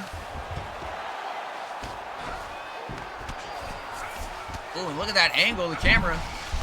Camera angle giving us own. Uh-oh. Oh, Trying to get the arm. Bobby could be in trouble. It's that's pretty in deep. tight. That's in deep. Oh, and somehow Wow, he just Bobby looked like he didn't let it slipped go. out. Look like he let it go. I think maybe Bobby was slipping out. Coldheart might have given up on it to try to look to do more damage. Maybe Coldheart did just give up on it. Didn't want to empty the tank this early. But Bobby's still in trouble here. Coldheart posturing up. A win here could be huge for MG Coldheart. You're talking in a heavyweight division that's needing some fresh blood in there. And now, oh! Left hand's big elbow. Bobby is in a world of hurt, and again, the Iceman going for the armbar. Bobby desperately trying to fight out of it. Oh, it's in tight, and Bobby taps. It is a first round armbar finish. Wow. He What didn't a hesitate to tap performance. there. He flipped him over, and you saw him tap faster than I've seen somebody tap in a long time. Rest Man, peace. what a performance from MG Coldheart. Just keeps getting better and better. I just saying bye, Bobby. Let's go down to the cage, make this one official. So who is the real champion again? Ladies and gentlemen, this fight comes to an end in round number 1 by way of submission via armbar. Your winner and still undefeated, Iceman MG Coldheart. What a performance from MG Coldheart. As I said, was really making some waves with 2 tremendous fights, and now a first round submission. Doing it all. MG Coldheart might have just put herself in a title contention fight next week, man. That was a hell of a performance. You keep saying her. Yeah, it's a girl.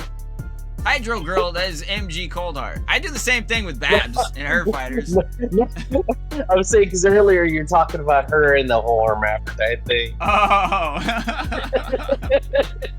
I'm just saying smash and dash, boys.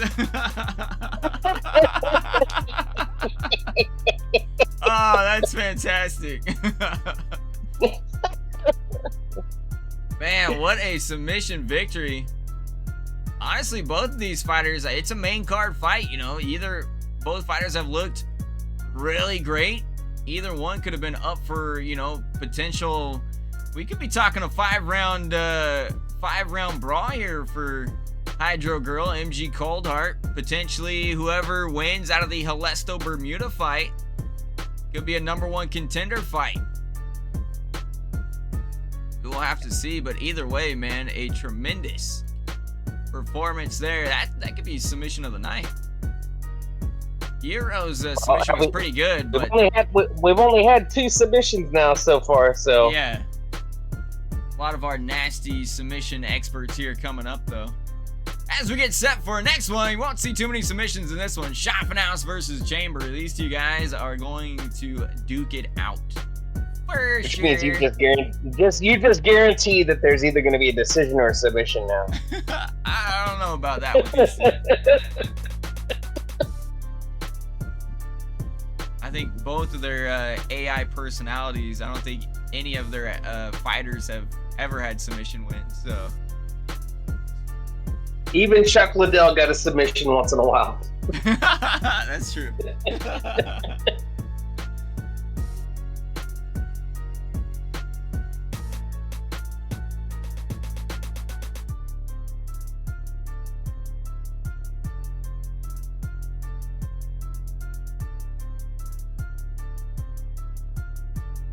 Bobby's Bobby's said the champ just left the building in a sad state of mind, going to do a bunch of coke. Hey man, you have been hanging out with Dundee, haven't you? Knocked out Dundee, now you're hanging out with him. Those who can't teach. Yep. Dundee said, all right, fella, you knocked me out. Here, come hang out with the backseat boys. That's all those guys do.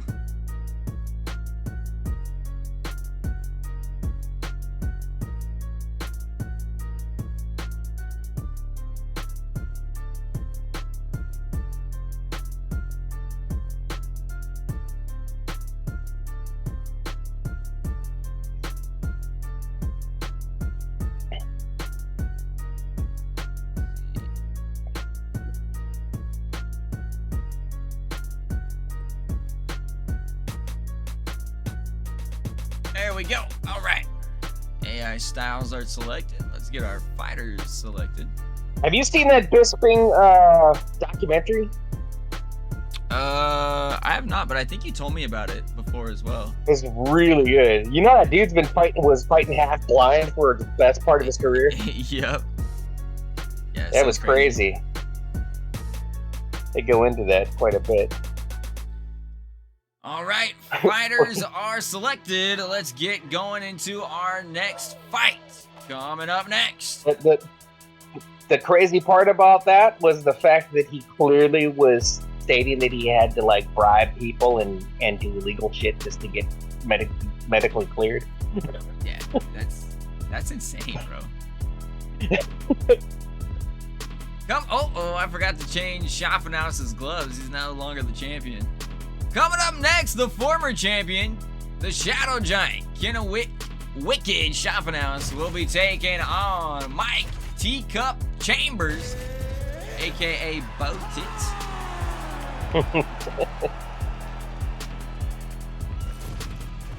Diddy Bo. Take a look at the tail of the tape. Schaffenhaus will have the reach advantage.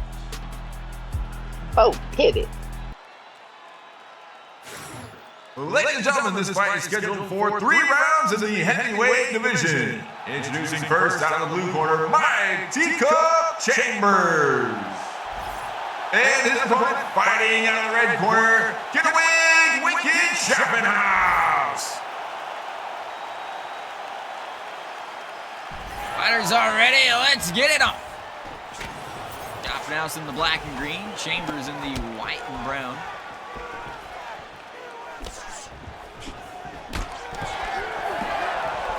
Topher House a kickboxer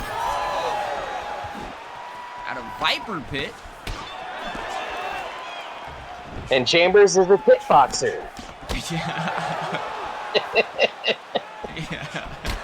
Kind of is, man. Chambers, he's pretty much trained at every single gym possible. Always changing up his style and trying different things. Former Dirty Diddler wrestler, former Wolverine wrestler. Also, he's still a Dirty Diddler. Yeah, he is. For a bit there, I think he was training at Power at Will as well. Trained at Lionheart. He's been everywhere. He's been everywhere, man. Ooh, nice knee to the face there from Topher House. Caught the leg. Firing off some left hands.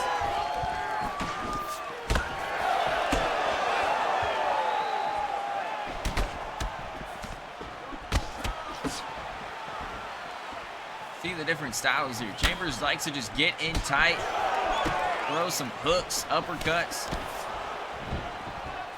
good blocking.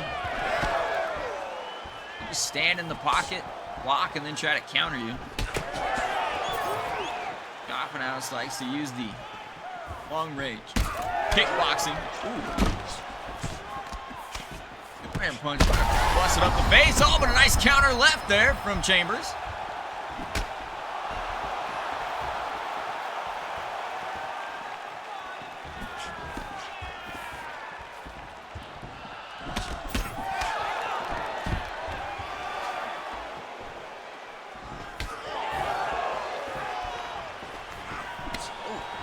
Wildly with the roundhouse. Whoa, running crane kick. You don't see that too often.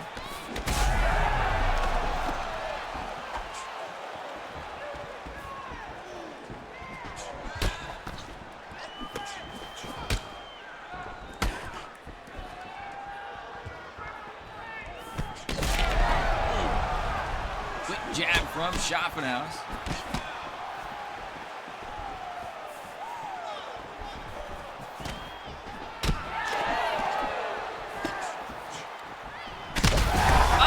Overhand right. Chambers is wobbled. That one really stung him.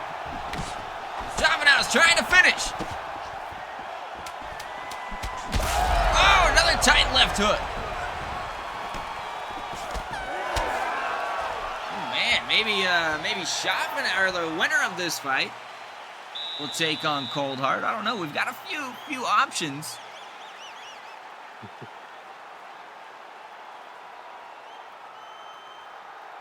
That was pretty much all Topher House in that round. Boom, right there. That was a nasty Superman. Followed it up with a vicious leg kick. And look, bam, right on the money.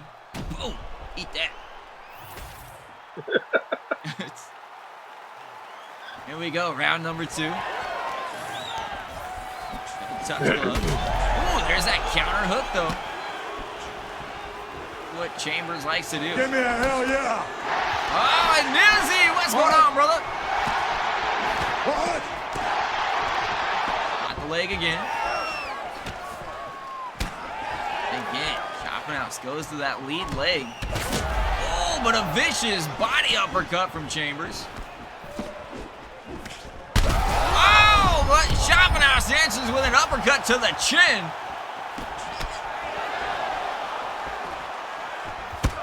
Oh.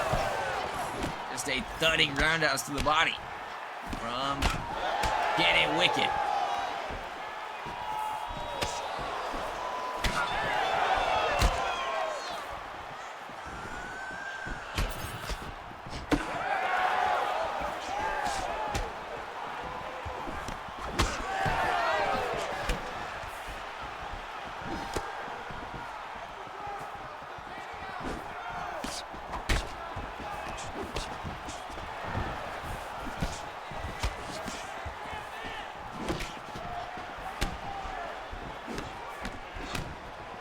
See some swelling on that knee, and oh, again, Chambers gets caught. And now he's stumbling all over. Head is shook, knee is hurting. Those leg kicks from the Shadow Giant do some serious damage. Nice right hand from Chambers, though. A good uppercut.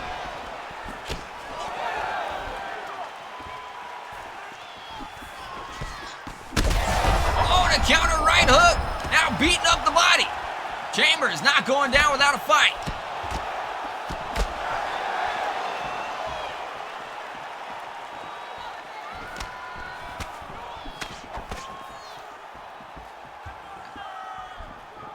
Chambers wobbling there a little bit on the leg. He's been that lead leg beaten up pretty good.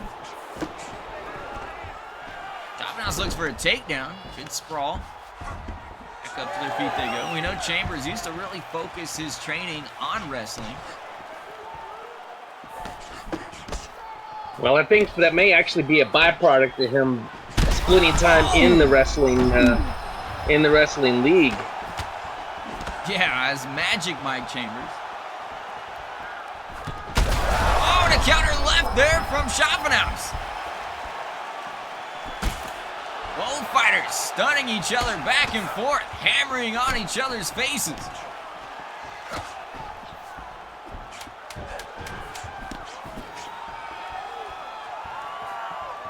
And we will go to the third and final round. Take a look at the corner of Schaffenhaus. He's showing some damage on the face.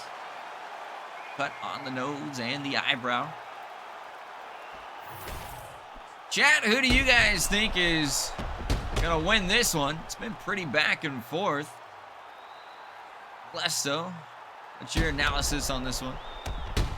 Well, it's been pretty back and forth. I think the Chambers have gotten more of the, a few more damaging hits, but overall, Schaffenhaus has landed the more quantity of hits by far.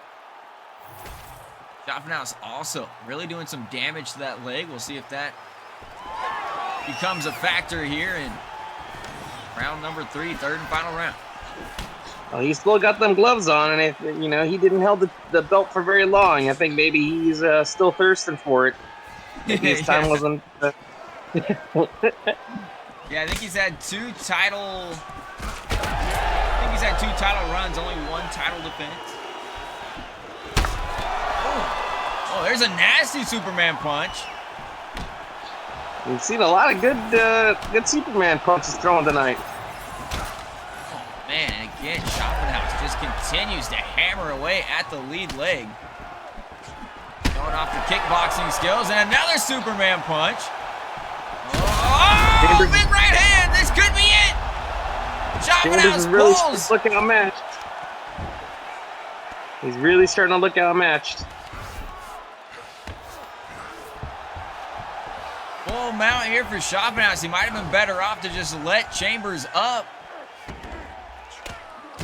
Oh, lefts and rights. Chambers is in trouble. A lot of time to operate. More rights and lefts. This guy sucks.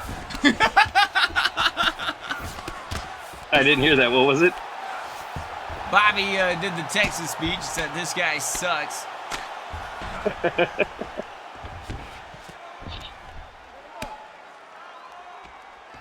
little less than halfway to go here in the fight. And again, Schaffenhaus posturing up, big shots, and man, you can really see the damage on Chambers' face late in this fight, and now gives up his back. Schaffenhaus trying to flatten him out. Back into full mount. This is a huge third round for the former champion.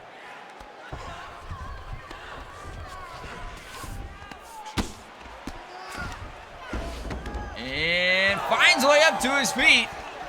Chambers with a minute to go. Anything can happen on the feet. Big overhead left. Schaffenhaus stunned. Can Chambers finish it? Looks like Schaffenhaus has recovered. Whoa, just missed that side kick. Oh! Oh, the right hand! Chambers goes down again.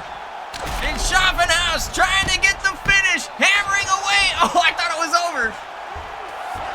Chambers takes his back. And that will be the end of the fight. It goes the distance. Man, what a fight. Hey, we didn't even get to see the replay. Shit. All right, well, let's go into the cage. Ladies and gentlemen, this fight has come to a decision after going the distance. Your winner, the Shadow Giant, Killwin Schaffenhaus. Man, we didn't even get like the replay or nothing. It was unanimous, you can tell, though. Well, I have to say that it wasn't a boring fight, but it is the least exciting of all the fights so far. I think maybe the AI was just reflecting that, where it's like, come on, let's move on to the next one. Perhaps. Yeah, you can see there in the overall stats. I mean, it was all Schaffenhaus. Chambers, I think, needs to send in a new training form. He needs practice in the danger room. Nilsy, you missed your fight. Did you break the losing streak? I don't believe you did. No, you did not. You got beat by Johnson. Who's asking? Nilsy.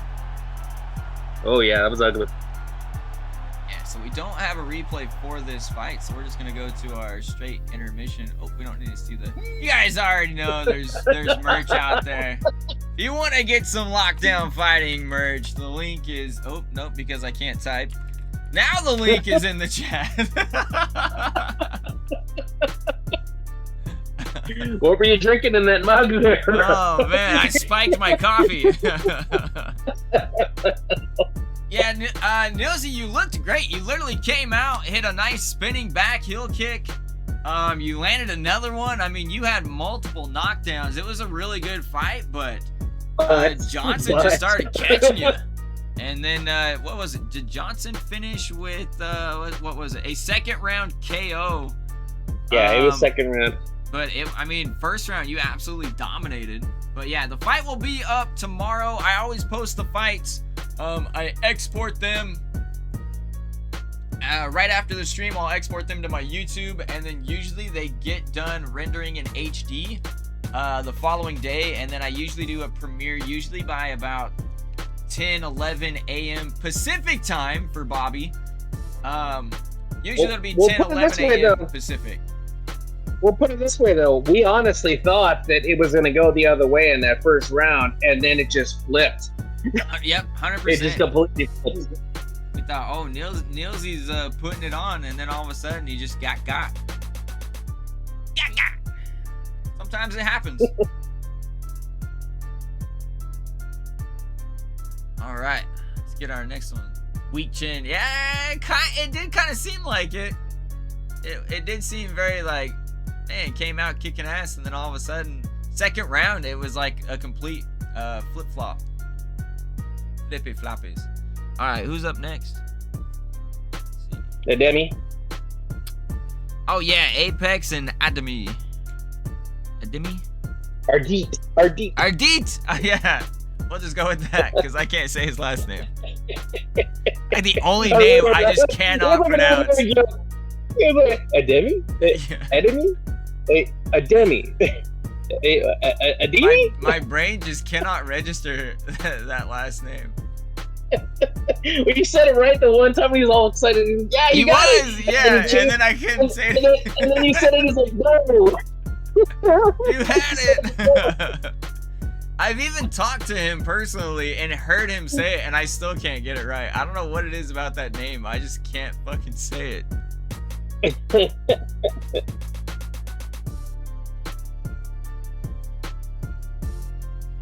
All right, AI styles are selected. Let's get our fighters picked.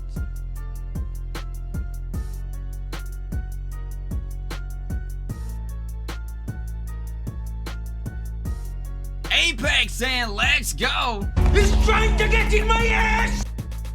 Former champ fighting on the main Trying card. to snake me up the asshole.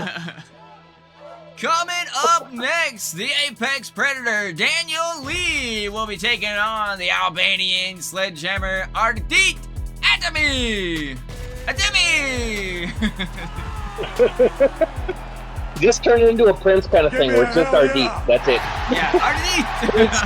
It's our deep. He is our deep. Lee will have the 1-inch reach advantage. Let's go into the cage and get this one going. Ladies and gentlemen, this fight is scheduled for 3 rounds in the light heavyweight division. Introducing first the Albanian Sledgehammer, Ardit Ademi. And his opponent fighting out of the red corner, the Apex Predator, Daniel Lee. I'm telling you, man, it's just easier. The Predator known as Ardit. Yep. Lee in the black trunks. Ardit in the pink. As we mentioned, Lee, a former lockdown fighting champion back from all the way in season 1. Returned a few events back, has not lost since. A win here could set him up for a title shot. Ardit never lost his title, but did have to relinquish it in the unification fight between Topher and Helesto, the lightweight and middleweight fighters. So he's looking to get back. I remember him. He kept thinking he couldn't win a big fight every time he was on, and then he didn't want the championship fight. Finally, he got it, and then things went more his way. But yeah, he feared the championship fight for what sure. a leg kick! Daniel Lee absolutely destroying the leg there of Ardit. We'll see how that affects him through the rest of the fight. Oh, big overhand left. Oh, and now a counter right hook. Boy, the striking of the Apex Predator is nasty.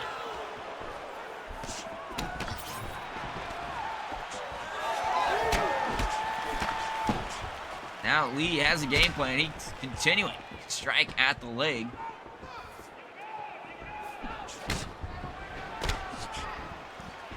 One thing about Ardit, we know he will not go down without a fight.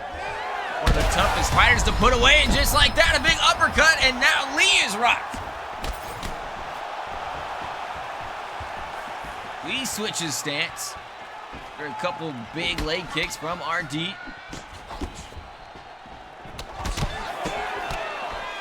Good combo there. Changes levels nicely, does Ardit. One of the best MMA style fighters, similar to Coldheart on a 3-fight win streak. Nice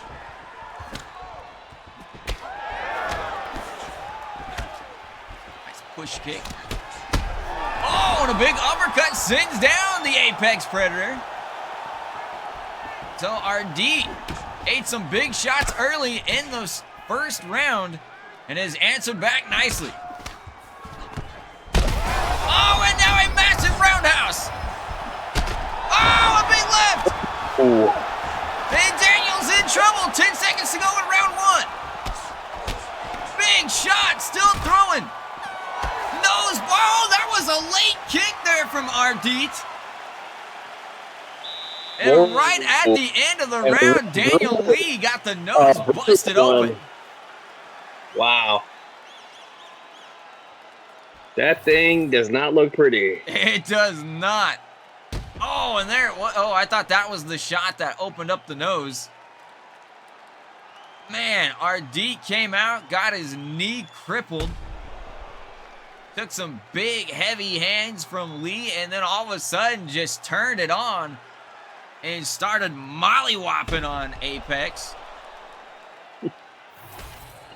We're not getting out of the second round. Yeah, the way these guys are throwing, I don't think so. And again, Ardit not touching gloves. Oh, and a big overhand left. I have He's never touching seen gloves. Ardit. Yeah, he is. Man, I've never seen Ardit look this ruthless. Oh, and another big roundhouse. Yeah. Perhaps Ardit sick and tired of hearing about the former champ. Oh, but don't change your bets as Daniel now fighting back. Big stun on Ardit. Oh, and a front kick. Oh. Ardit just eats it. Main card fight, baby. Let's go. Whoa, and a left hand. I don't think Lee saw that one coming and dropped him. Didn't really connect all that hard either.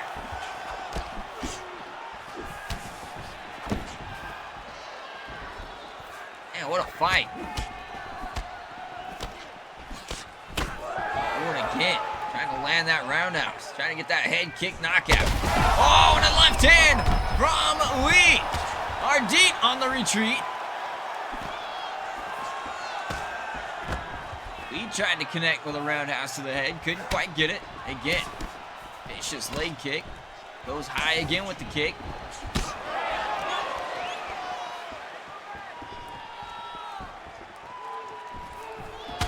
Oh, counter right hook. Right on that nose and a big, oh, it's over. He dropped him with an uppercut. The Albanian sledgehammer.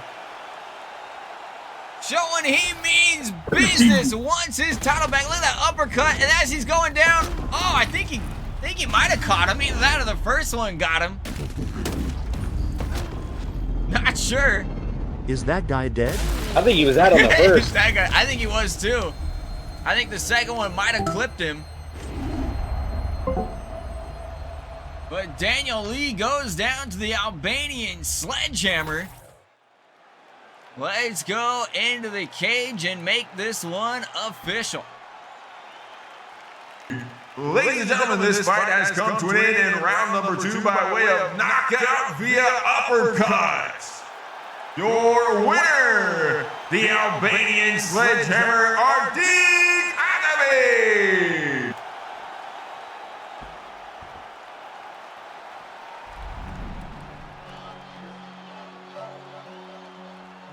Apex saying he got up from all those big shots, but then got dropped on that one. Man, it was a good fight, though, back and forth. But look at Ardit with 6 knockdowns. Just showing he had a little more pop in his punches. Alesto, break down this post-fight replay for us. Oh, well, Ardit the sledgehammer definitely made good on his namesake and just kept pounding him with the hammer over and over and over. After that that first round, it looked like it was just a dominated fashion, but then he caught him with that leg kick, and it was just more of the same throughout the rest of that fight. It looked like Ardit's the win or lose, and he definitely took command of it and won it in resounding fashion. That was a vicious uppercut. I think he partially got him on his way down. That could have been what I think he got him, but I think he was out at the same time, too. I think he was already gone, but he definitely clipped him. But I think he was already done. I think his legs were gone from him, and he was out. And it was just a little bit of bonus damage as his lights were going out. Man, I think he lost all of his faculties, and that was that. You're saying he shit himself? I'm saying he shit himself. It was a good fight, though, back and forth all the way through. And Ardit, again, one thing about him, man, you can never count him out. It doesn't matter how beat up he gets in the first round, second round. The dude just never quits. I don't know what it is about his build, but he is one of the toughest fighters to put away. It always seemed like he had what it took, but all it was really the mental edge that he needed to believe that he could get over the top. And as soon as he believed that, then that's when he was able to get the championship. When he knows he can win a fight, there's almost nobody better than him in that weight division. Yeah, Apex saying now that he's seeing that replay, that was definitely a nastier shot than he thought. as the cobwebs are starting to roll out of the head of Apex. He sees the replay, and yeah, it was a brutal uppercut. You saw followed by you saw the apex of your nose from the inside, huh? Yeah. That was nasty. And now we get to have some fun as we get set for our co-main and main event fights. Bermuda Halesto coming up next. This one's going to be fantastic. My brother, the Don't Call Me the Chode Warrior, Josh Halesto. Yeah. All right, we are expecting a unbiased commentary from you, though. Oh, of course. Yeah. My brother.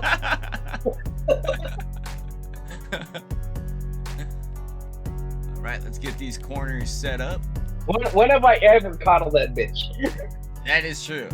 In fact, I think you talk more shit about him than you do talk shit. I don't know what you're talking about. I call it right down the middle. Yeah. Son of a bitch. That's what I meant by let's not get a unbiased announcement from you.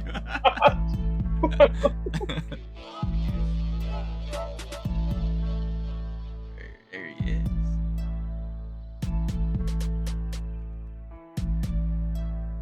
Nobody likes Josh, including me. He's a little bitch.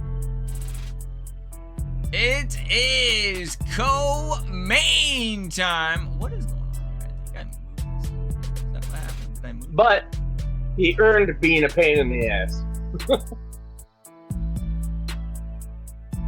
There we go. I think I moved it. All right, coming up next, the co-main event between the big bad booty daddy Josh Hellfire Halesto and Mr. Bad Influence Johnny Bad News Bermuda. Both rocking some similar trunks.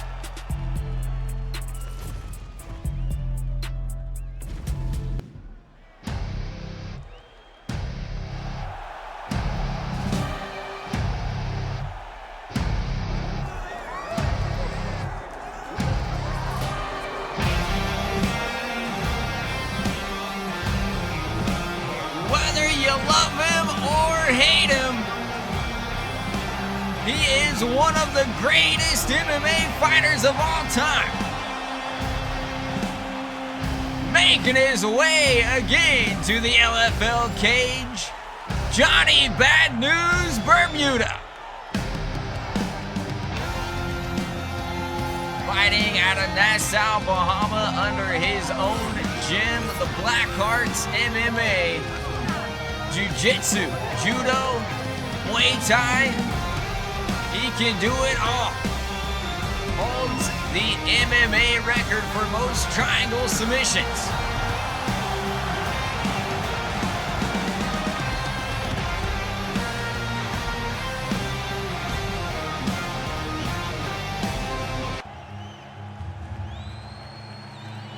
He has won gold everywhere. He's looking to win some gold here in LFL, but he has got a tough opponent ahead of him. The former middleweight champion, now looking for some heavyweight gold to put around his waist. Trying to get into that title contention spot. He is the big bad booty daddy, Josh Hellfire Halesto. Looking to take Bermuda into the danger room. That smug son of a bitch. I mean, my brother, I love him so much. A great striker, fantastic wrestling, submission skills, ground and pound. Loves to work out of the clinch, but he might not want to do that here against Bermuda. This will be an interesting fight, one I think the fans have been asking for a very long time. We finally get to see it here. Take a look at the tail of the tape. Bermuda will have the reach advantage.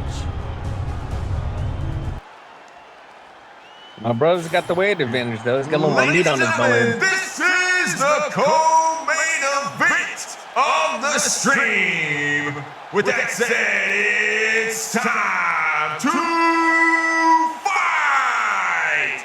5 rounds in the Lockdown Fighting League Heavyweight Division. Introducing first at the blue corner, Mr. Bad Influence, Johnny Bermuda. And his opponent fighting out of the red corner, Josh Hellfire Halesto.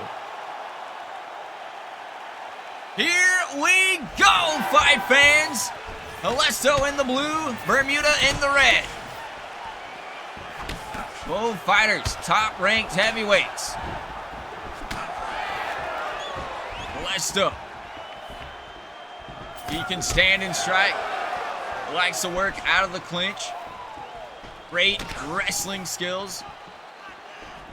Submissions, ground and pound, and just like that, Halesto lands the first takedown, but this is not a good spot for him to be in as Bermuda working the triangle early.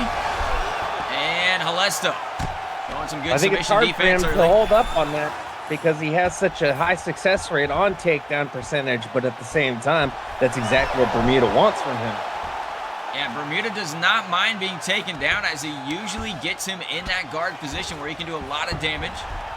Just like that, slips out of the submission attempt. Halesto pulls him into half guard. Bermuda on top. Bermuda can lock up submissions almost anywhere as he moves the full mount. And, oh, vicious elbow. Ooh.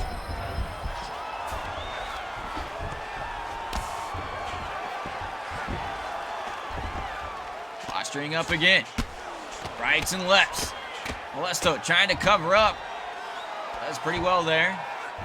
Oh, but didn't on that one. Nasty elbow, and now Bermuda trying to set up the triangle. 2 elbows getting through on that. Absolutely rocked Halesto with those elbows. Goes for the triangle, now rolls him back into full mount. And more vicious shots. Oh, Halesto's in trouble.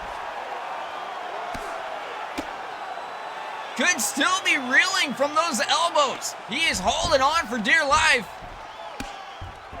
Bermuda trying to posture up again. More ground and pound. Dodge that big elbow. Ooh, that could have been it. Halesto pushes up and does not want any more of that ground game. We do know Halesto has some great stand-up skills for being a wrestler.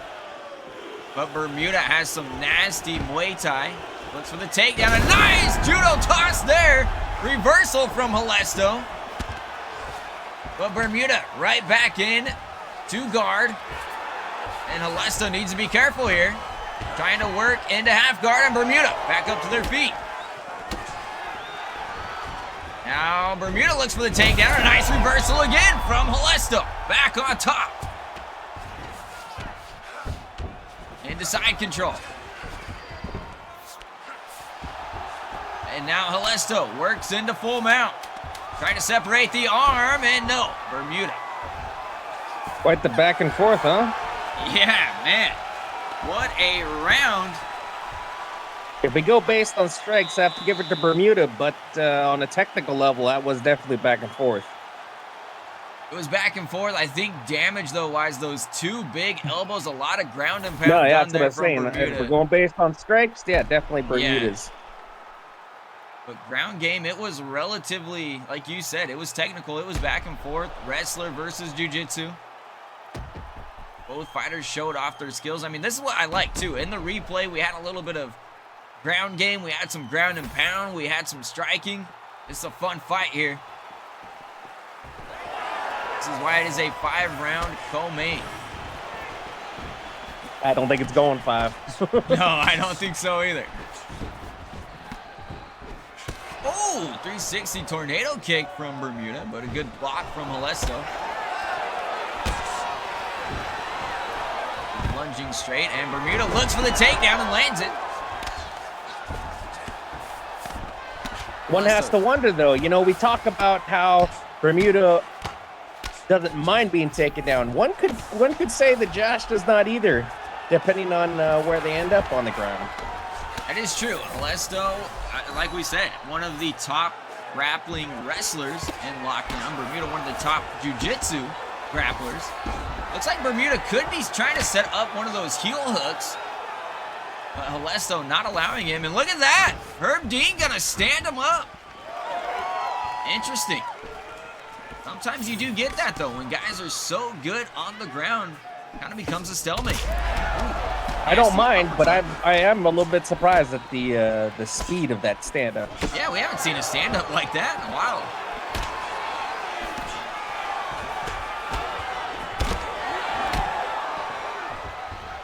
And Bermuda again looks for the takedown, and Halesto does a nice job countering that on top here in half guard. Might go relatively deep though. Ooh, vicious shots from Halesto. Both fighters seem pretty content being on the ground as Bermuda sets up the rubber guard. Halesto, nicely done, breaks out. And now Bermuda with the guillotine. Bermuda's got the guillotine in tight. Halesto rolls. Bermuda on top. Hammering away, another nasty elbow. And another elbow. I don't think I've ever seen Bermuda go to the elbows quite as often as he's doing in this fight. He knows he is in there with a dangerous fighter. Halesto up to his feet. And oh, what a good elbow there from Halesto in the clinch. Just got here, Fink. I feel like I'm going to die with this flu bug. Oh man, Bobby V in the house. Back heel kick. Connects. And oh, nice takedown there from Halesto. Hope you feel better soon there, Bobby. Yeah, brother. Good to have you here, even sick and all. Bobby V showing up.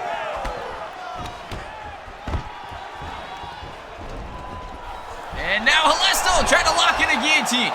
Quickly, Bermuda out of that one. And now Bermuda with 20 seconds trying to get the Darce choking.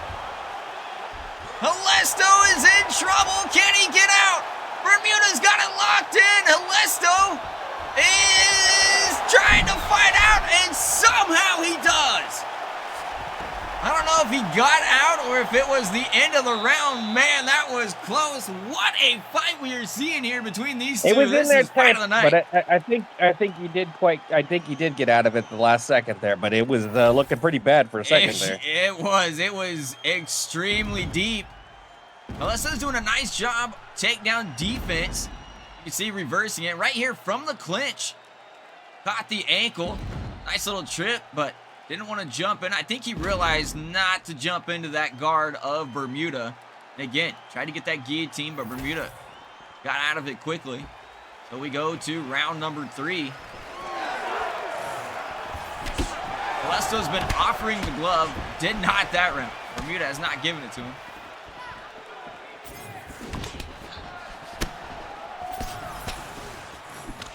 Halesto, your Lee promo last week was legit. And there's looking for that Imanari roll. Couldn't get it. That's the first attempt we've seen. And now a takedown from Halesto. See what he can do here. Start the third round.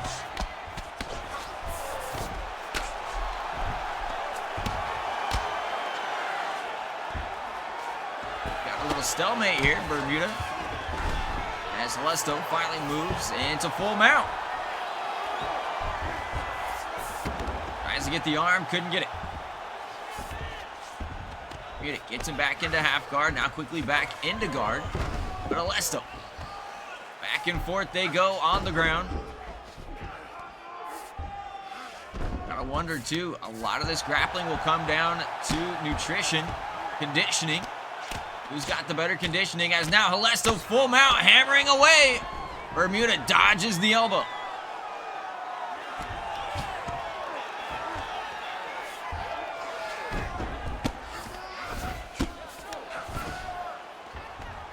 This is actually, we've got Halesto out of top tier, Bermuda out of the Black Hearts MMA. Later tonight in the main event. Oh, Halesto! Oh, I thought Halesto was going for a knee bar, but instead it's Bermuda. Nice reversal, trying to get the leg. No, Halesto gets out, takes his back. Nicely done. As I was about to say, Halesto training out of top tier with his coach Topher. Chang Lee fighting tonight for that light heavyweight title against Topher. Will be Black Hearts versus top tier.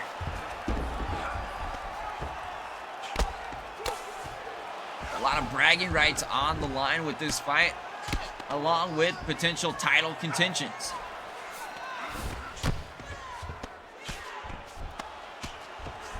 And this round has been all Helesto. Bermuda tried to get that leg lock in, couldn't get it. Helesto has had total control this fight. And again, Bermuda trying to lock that leg up. Helesto says, nah, I know how to defend that now. And now, Helesto tries to get the arm. Does Bermuda have enough in the tank to hold on? 30 seconds in round number 3. Trying to wrench it out of place. Bermuda holding on for dear life. Trying to keep the hands clasped in. Bermuda. Oh, it's in tight. Bermuda might tap.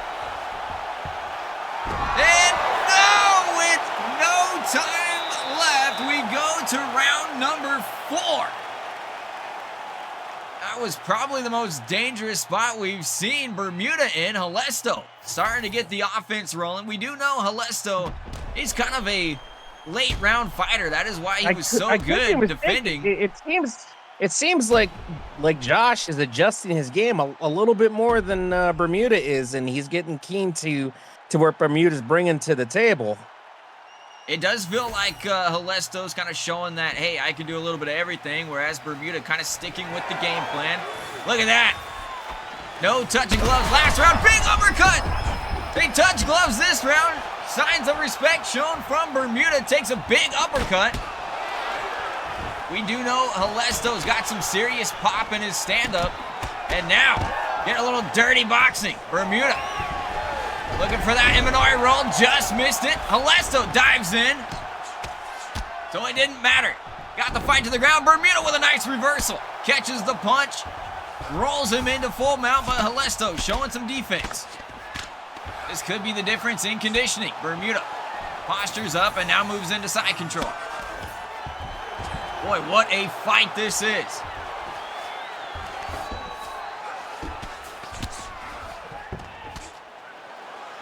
Bermuda back in Helesto's guard, quickly passes into half, trying to move into full mount. Helesto not allowing it. Good defense, but now he's in there. Bermuda posturing up, big lefts, rights and lefts.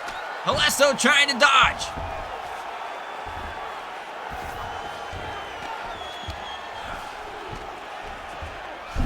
And Bermuda looking for the leg lock here. Can he get it? No, Helesto easily gets out of that one, and now he's got the back of Bermuda. That felt very desperation attempt, and now Helesto trying to get a rear naked choke. Can he get it? Right in the hands, Bermuda rolls out of it. Back in top position here in Helesto's guard. Man, back and forth fight. Helesto kicks up. On their feet we go. 2 minutes to go in round number 4.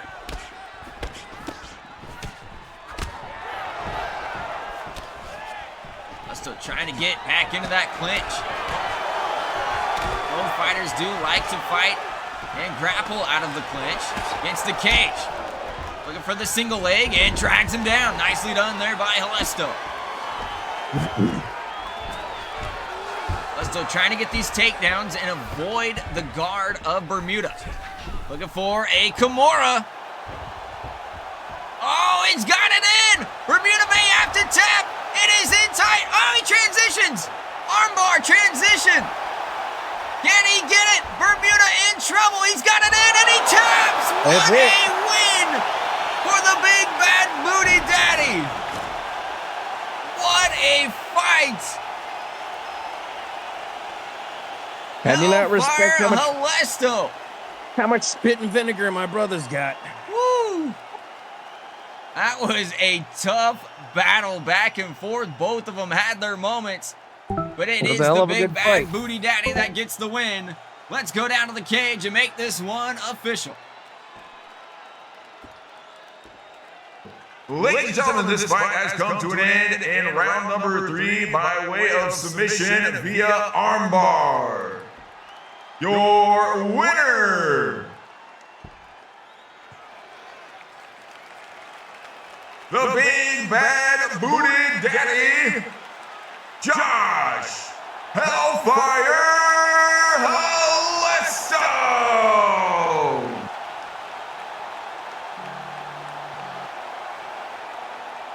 round 4. I think it said round 3, but I think it might have been Oh, it was round round 4. 4. It was No, round it 4. was huh? round Yeah, 4. as soon as I said it, I thought, wait a minute, that doesn't sound right. Man, that could be submission of the night. That was nasty. I think it was. Kimura transitioned into an armbar, held it on. That was sick with it. Helesto, break down our post-fight replay here and break down this fight for us. Well, it started off early. It looked like Bermuda was just letting my brother's aggressiveness play right into his hands in the submission game and stuff. But then over time, being a little more mixed fighter that Helesto is, he was pecking away and was mixing up between the wrestling and the punching game and stuff like that, and it threw Bermuda off balance just a little bit. And after wearing him down with a few of the things, it was more like Bermuda didn't know what to defend at what time. Switching the left arm, the right arm, going for the rear naked choke, and then finally he just got that arm bar on the right arm, and Bermuda was forced to tap. Yeah, that's pretty much what I saw as well. Helesto did a nice job defending early, and I think maybe all the submission attempts from Bermuda, not being able to lock those in. He got close, but Helesto showed some really good patience, some really good defense, and perhaps maybe gassed out. Helesto showing a little more in the tank. I think being that Josh has held a belt more recently, because he goes deep into fights quite a bit, and occasionally we go to submission and stuff like that, maybe just it became a war of attrition, and he just has a little bit more in his gas tank to go the distance, especially holding the belt and going 5 rounds a lot more often lately. Yeah, that's true. I mean, Bermuda has fought everywhere. He's still trying to win gold in LFL, but he's definitely past the prime. Still putting on really good bangers for us. I mean, that was a fantastic fight. I feel it was probably fight of the night so far. We still got 2 to go, our championship fights, but a fantastic fight nonetheless. And being a little bit older and, not used to going beyond 3 rounds, I think it just really showed near the end of that fight, Right. We've got the fighters set up and ready to go. It is championship fight time. Coming up next, the Executioner, current heavyweight champion, Roberto Slice, will be taking on Virginia Concrete Emmett.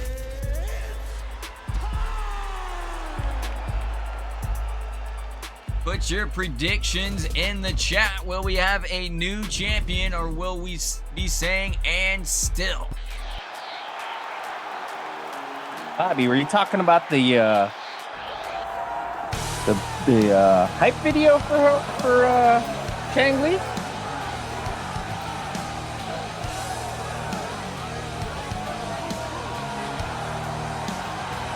So here comes Virginia Concrete Emmett, a recent Lockdown Fighting League heavyweight champion, fighting out of Chisinau Fighter Factory with Bobo and Ardit.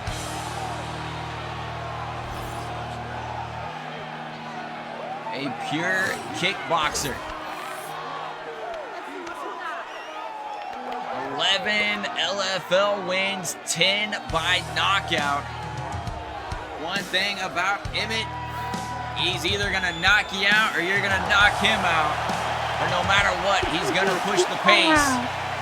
Someone's getting on a highlight reel.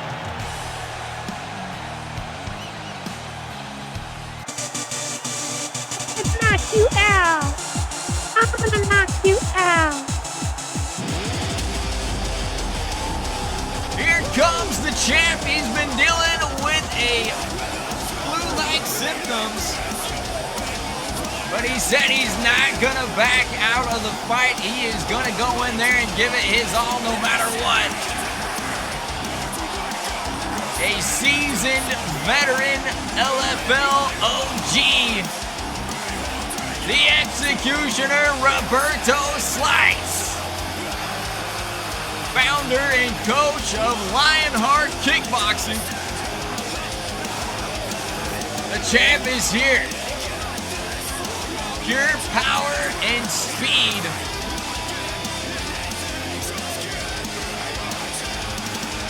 Has the most wins now in Lockdown Fighting League history. Most knockouts. He has overtaken Greg Dundee. Don't be talking like that. You give him the flu and take him out, Slice. What you talking about? Ladies and gentlemen, this is the co-main event of the stream. With that said, it's time to fight! 5 rounds for the Lockdown Fighting League Heavyweight Championship. Introducing first, the challenger fighting out of the blue corner, Virginia Concrete Emmett. And his opponent fighting out of the red corner, he is the reigning, defending Lockdown Fighting League Heavyweight Champion, the Executioner, Roberto Slice.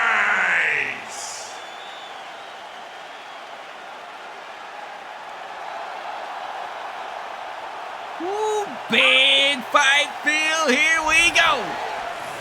No touching gloves from the champ. Champ in the blue with the white and gold champion gloves. Emmett First in round the pink. knockout. First round knockout. Well, Lesto's saying first round knockout. We could see it between these two. Champion retains.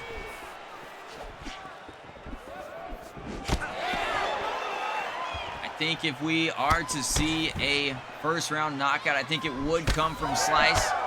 Not saying Emmett doesn't have the power, but boy, not many possess the power that Slice does have. Can be a little slow to start, does Slice, but once he gets punched around a little bit, that normally wakes him up. He finds that power. As I said, as we mentioned, he is coming into this fight with flu-like symptoms.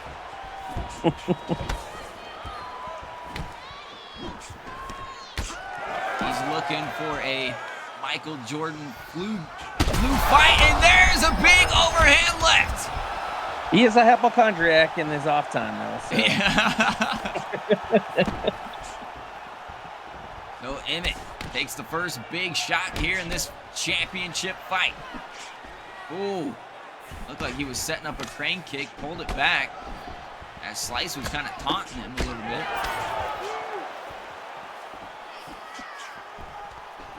Nice work in the clinch. It'll be interesting to figure out, will Slice try to maintain his composure, knowing he is feeling sick and he has to go 5 rounds, or will he try to empty the tank early and get this fight over with as quick as possible? So far, I think he's got a nice steady pace to go the distance. Ooh. That straight got through on the face of Emmett.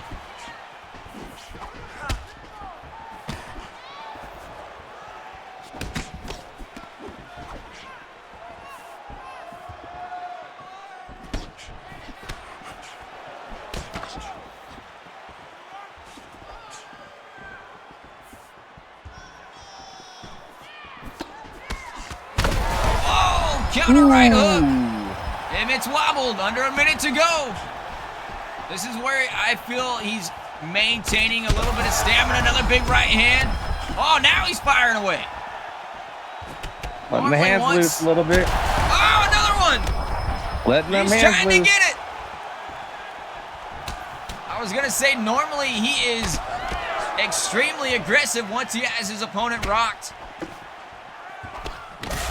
I think, ooh, he took a big straight there from Emmett, though.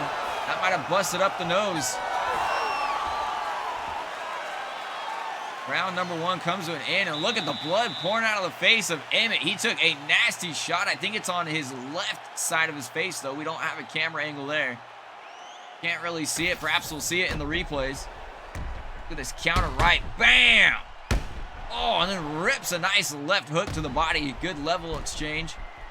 Bam! Oh! Nicely done, showing off those boxing skills. We have mentioned Slice, a little bit more boxing in the later part of his career. But still knows how to throw the kicks. Solid body roundhouse here to start round 2 from Emmett. Emmett coming out throwing a lot more kicks. Oh, and again, took a counter, and you can hear every time Slice connects, it's a little squishy.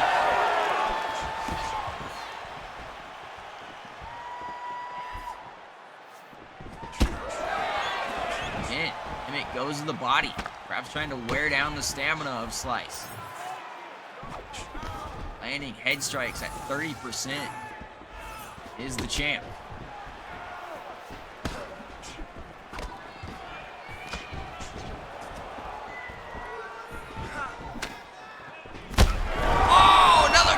Punch connects from Slice.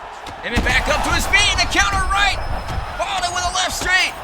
And now Slice is hurt. He's faking it. I think he's trying to sucker him in. Yeah, he absolutely is. Emmett got aggressive there, trying to find the finish. Couldn't get it. Again, Emmett doing a nice job. Punches to the body, kicks to the body. Trying to take the power away from Slice however he can. Oh, and again, just everything is touching up and setting down Emmett. He looked a little scared to get hit there. Slice. Really letting it rip here in round 2.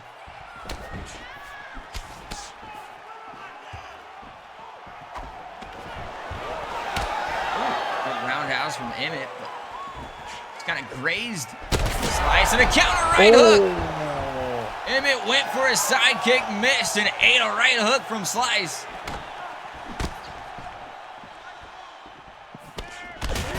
Oh, vicious shot to the body. Slice really starting to feel those. It was a low blow. It was low. I didn't see it. Oh, counter right. Slice goes down. Emmett trying to finish. No, Emmett does not. Perhaps he's trying to save a little in the tank. On the ground they go, and Slice. Emmett moves into half guard, postures up. Now trying to work the body here on the ground, and Slice with a nice reversal. Slice moves into full mount.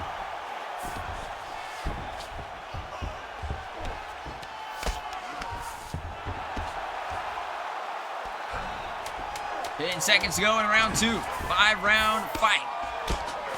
Heavyweight championship on the line, and Emmett up to his feet as we go to round number 3. You can see a cut on the eyebrow of Slice. Maybe some swelling underneath the eye. Oh man, both fighters really connecting with each other.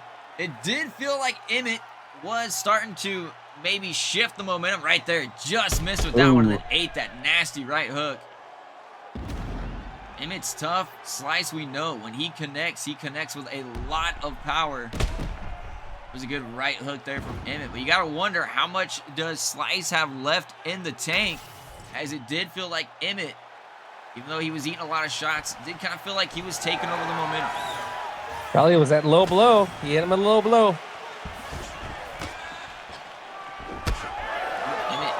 Comes out here in round number 3 and attacks the body. Defense from Slice, covering up on those combo punches. Oh! Blocked the kick, a nasty left straight, sent Emmett down. He's on the retreat right now. Oh, and another one down against the cage. Slice lets him get up.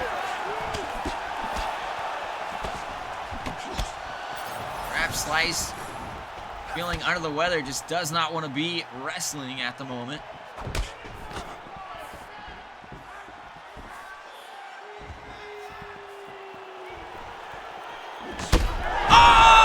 That's it. What an uppercut! And still heavyweight champion, flu and all, the Executioner Roberto Slice. Now that that's happened, I'm supposed to deliver a message to you, to Bobby. My brother says he's coming for you. You want a piece of him? He wants a slice. Oh man, even through the punch there, little jab, Slice eats it, still delivers a nasty uppercut. Bobby's saying he accepts. Vicious uppercut. Spit is snot flying. Let's go down to the cage and make this one official.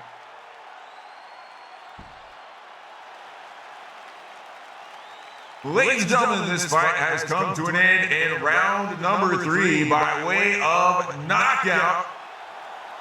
Your winner and still Lockdown Fighting League heavyweight champion, tight abs. the Executioner Roberto Slice.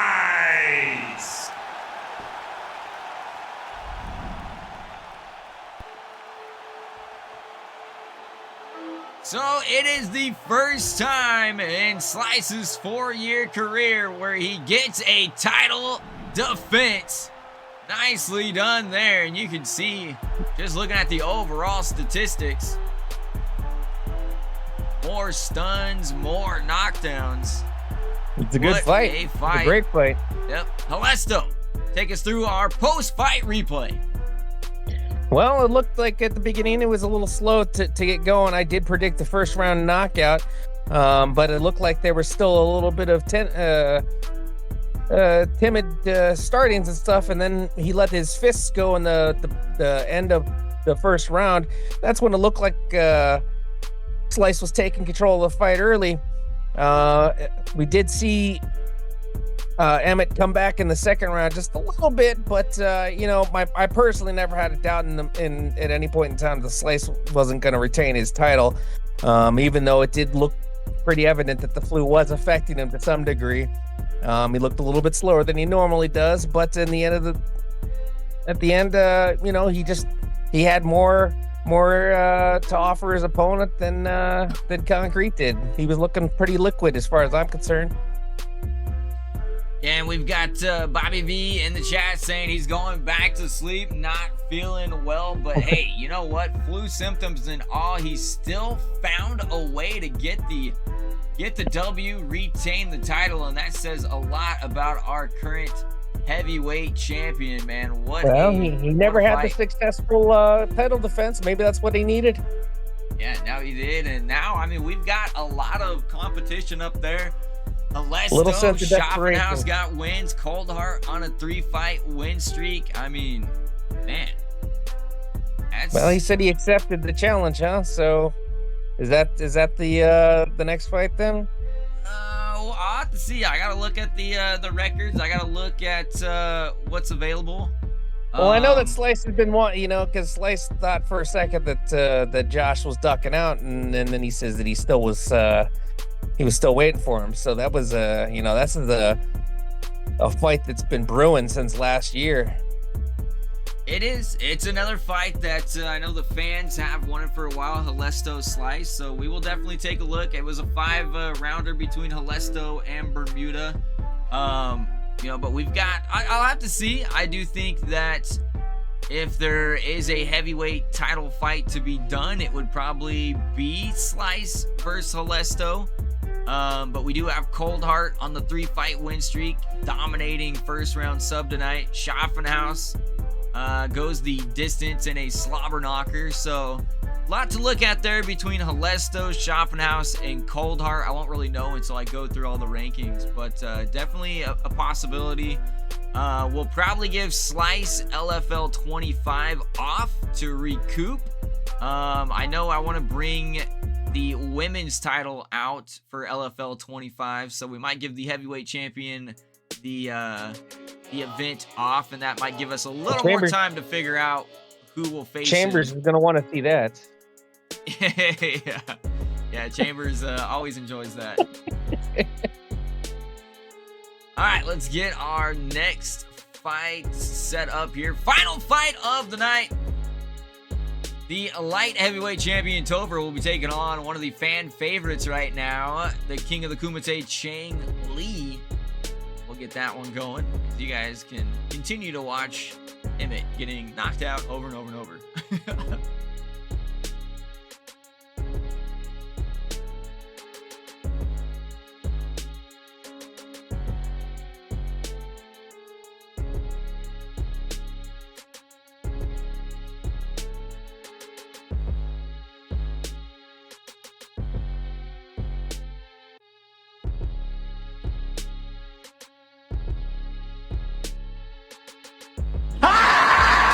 Uh-oh. Chang Lee is getting pumped. You can hear him in the background. That's his hype. That's his hype. Are we playing his hype video or not for his title fight? Oh no, we'll play it, man. I said we would continue to play it until he loses, so we will play it for him. Just want to get the fight set up first. Chang Lee just watched him die.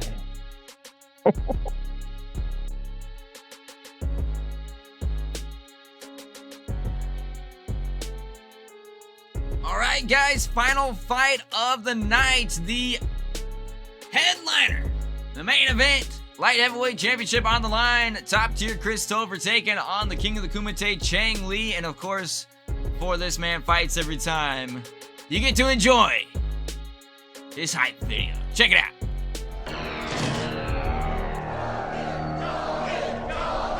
What's going on? It's Chang Lee, the current champ. He's never been defeated. Holds awesome records, including the fastest KO. He killed a guy during the last Kumite. Yep, kicked the poor bastard right in the throat. I died right there on the platform. Chang Lee stood there and watched him die.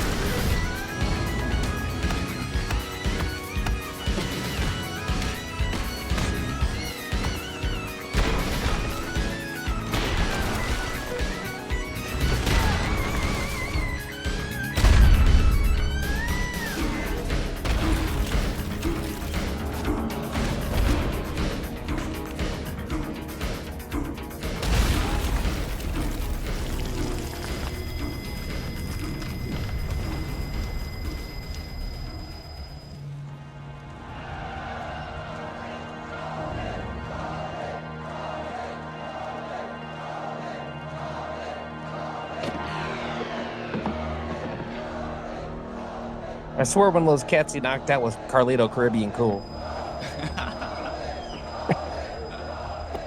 It did look like it. Here we go! Final fight, LFL 24 main event. Chris Top Tier Topher defending his light heavyweight championship against the king of the Kumite, Chang Lee. Let's get it on! Let's get it on. We're all sensitive people.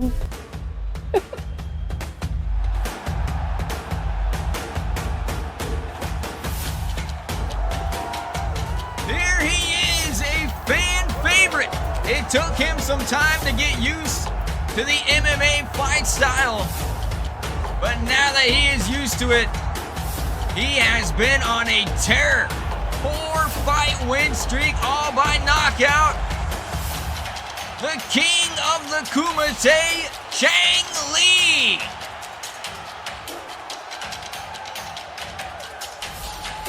Devastating power with the fists and the legs.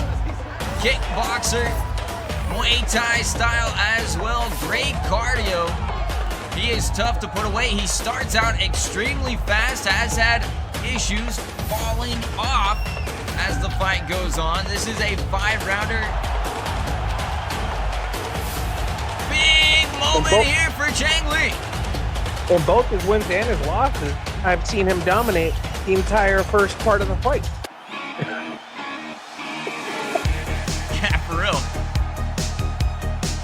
Usually when, yeah, I think in all of his losses, he really like just lost a round and that was it.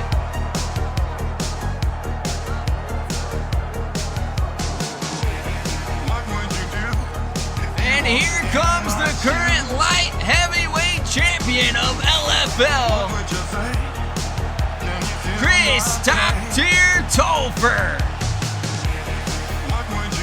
Out of Venice Beach, California, the Venice Beach Fight Tribe. Founder and coach of Top Tier Training. A tremendous jiu-jitsu style fighter. You can see they're very dangerous submissions. Great top control, but also one of the most lethal guards out of any fighter.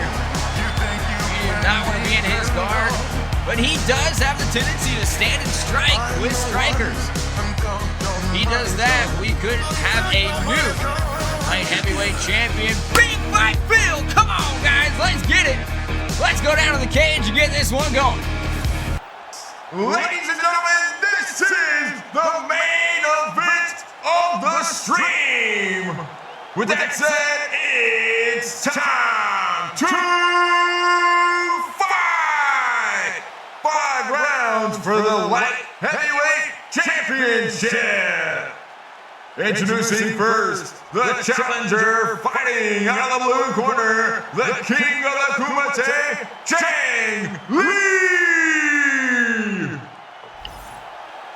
And his opponent fighting out of the red corner, he is the reigning, defending, Lockdown Fighting League light heavyweight champion, Chris Top Tier Topher!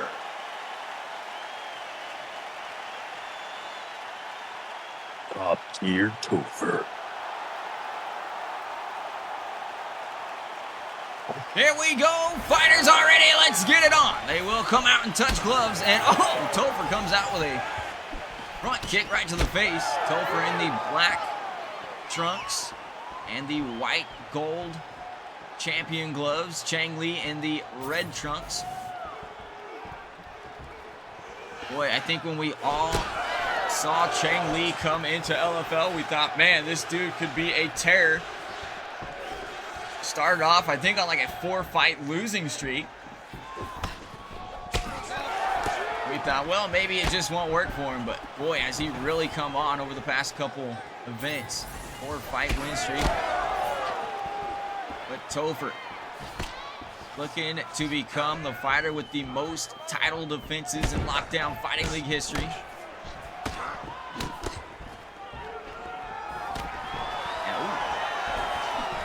checks here from both fighters. Oh, and a big uppercut there from Topher. And this is what we were talking about pre-fight here. Topher doesn't mind standing and striking with strikers. It's a dangerous game.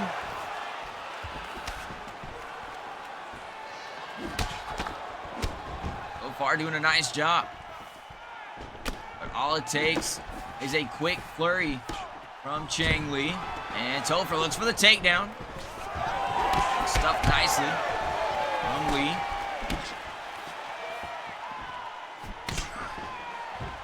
Li attacking the knees and legs of Topher.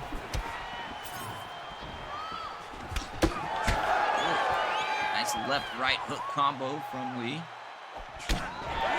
And Li really attacking the legs. Topher looks for the takedown again, and Li, nicely done, stuffs it. That is going to be critical if Li wants a chance to win. Oh, what a big uppercut! Or excuse me, big overhand followed by a left hook. Chang Li really got some damage on that one.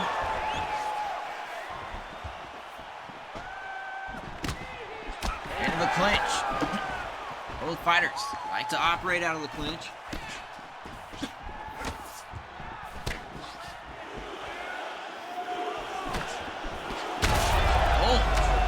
Left hook. And Topher with a nice takedown. Only has a minute to work here. Into half guard. And now into full mount.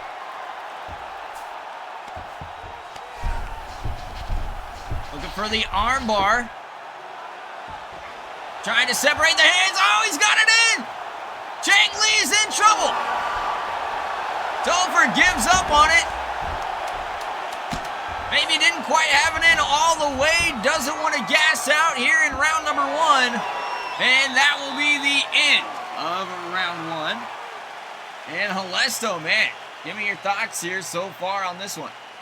This is the first time I've seen Chang Li just not, he actually looks like he's being outboxed and out strike. I don't think I've ever seen that before, especially considering that, Topher may not be a bad striker and everything, but with it being in his wheelhouse and everything, you'd think that this would be Chang Li's that would be where he would have the advantage, and it's not happening right now. The champion looks in top form right now. Could be the champ in top form, maybe perhaps some nerves here from Chang Li. It's a big fight for him. Or who knows, maybe he's doing the opposite, gonna start slow, then try to turn it on. There's a nice cartwheel kick. Oh, what a huge roundhouse from Topher. Oh! Chang Li is looking absolutely shell-shocked right now. And now Topher looking for the arm. Chang Li trying to fight out of it. And no transitions. Has the back. Chang Li tries to roll out. Topher stays on his back. And now into Chang Li's guard. Quickly moves to half guard. And now looking for... Oh, is this a Von Flu? And no, Chang Li, nicely done. Uses that power. Gets out of that position. But I think he's going to want to stand up as quick as possible. He does not want to be in the guard of Topher. And just like that, recognize the danger. I think it was just your internet. I think it was just your internet, Apex. I didn't see any lags at all on my end. Yeah, I don't think it lagged on my end either. It could have, though. There we go. Up to their feet they go. Chang Li really attacking the legs, and we do know that Topher has had some bad knees. Jumping knee! That is how Chang Li could get back into this one. Halfway through round 2, a huge knee delivered right on the money. That was saying we know Topher has had bad knee issues. He's been attacking the legs this whole fight. He has eaten a lot of head damage. But a beautiful flying knee got through there. Now a nice combo. Topher looks for the takedown. Nicely done, and now a roundhouse. Oh, counter right hook from Topher.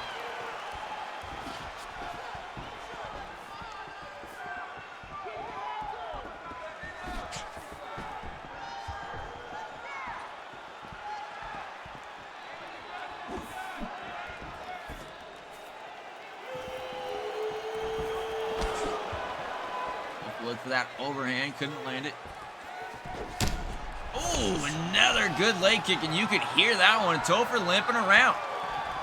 Well, maybe Chang Lee has a strategy coming to this one. Maybe trying to throw Topher off. Not it just Oh! It just occurred to me that maybe Chang is hoping to install some confidence in Topher to make him want to stand up to think he's having more success than he is. And that could be because he did catch him with that knee. Oh, look at Chang Lee! Chang Lee going for a submission. Make Topher give Topher a false sense of security so he thinks he's having more success than he really is on the stand-up. I don't know.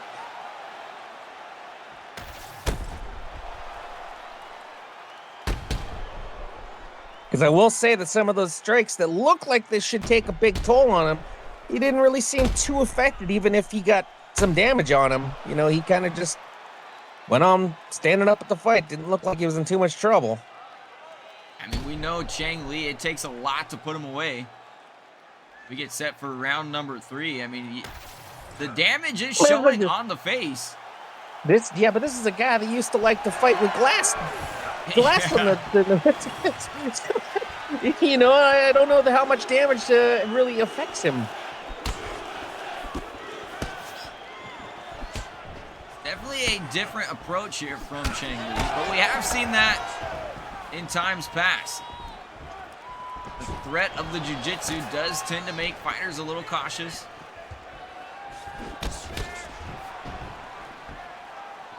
It is good to see it becoming a little more competitive fight as we go deeper into this fight. And total strike land percentage, Lee does lead that, 47 over 40, and another big shot. That overhand seems to be working quite a bit for Topher, though. And quickly, Chang Lee trying to cover up, and arm triangle. Arm triangle being attempted here from Topher. Chang trying to roll out of it. He's got it locked in. That could be it, and it is over. He rolled right into exactly where Topher wanted him to be. And Topher buries another body. Puts him to sleep with the arm triangle. Take a look at the replay. Set it up nicely with that big overhand left. And Chang Lee, I mean, he was starting to make a comeback, but just never really got out of the blocks. He fought a good fight, but I think the inexperience of organized MMA did show overall for him in that fight. Let's go down to the cage and make this one official.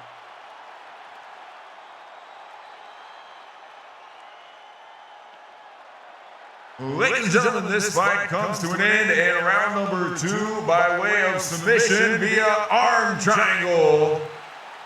Your winner,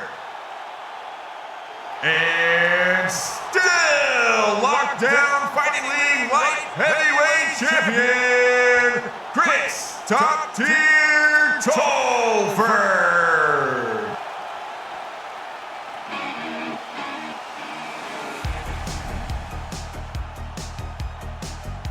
That's when we need the retains. dance. We need the wrestler dance right now. I know, right? I love this song, bro. It's so good. Oh, my bad. It was round 3. Man, look at the... Dude, that was domination. So I was saying, he was getting outstruck. The update.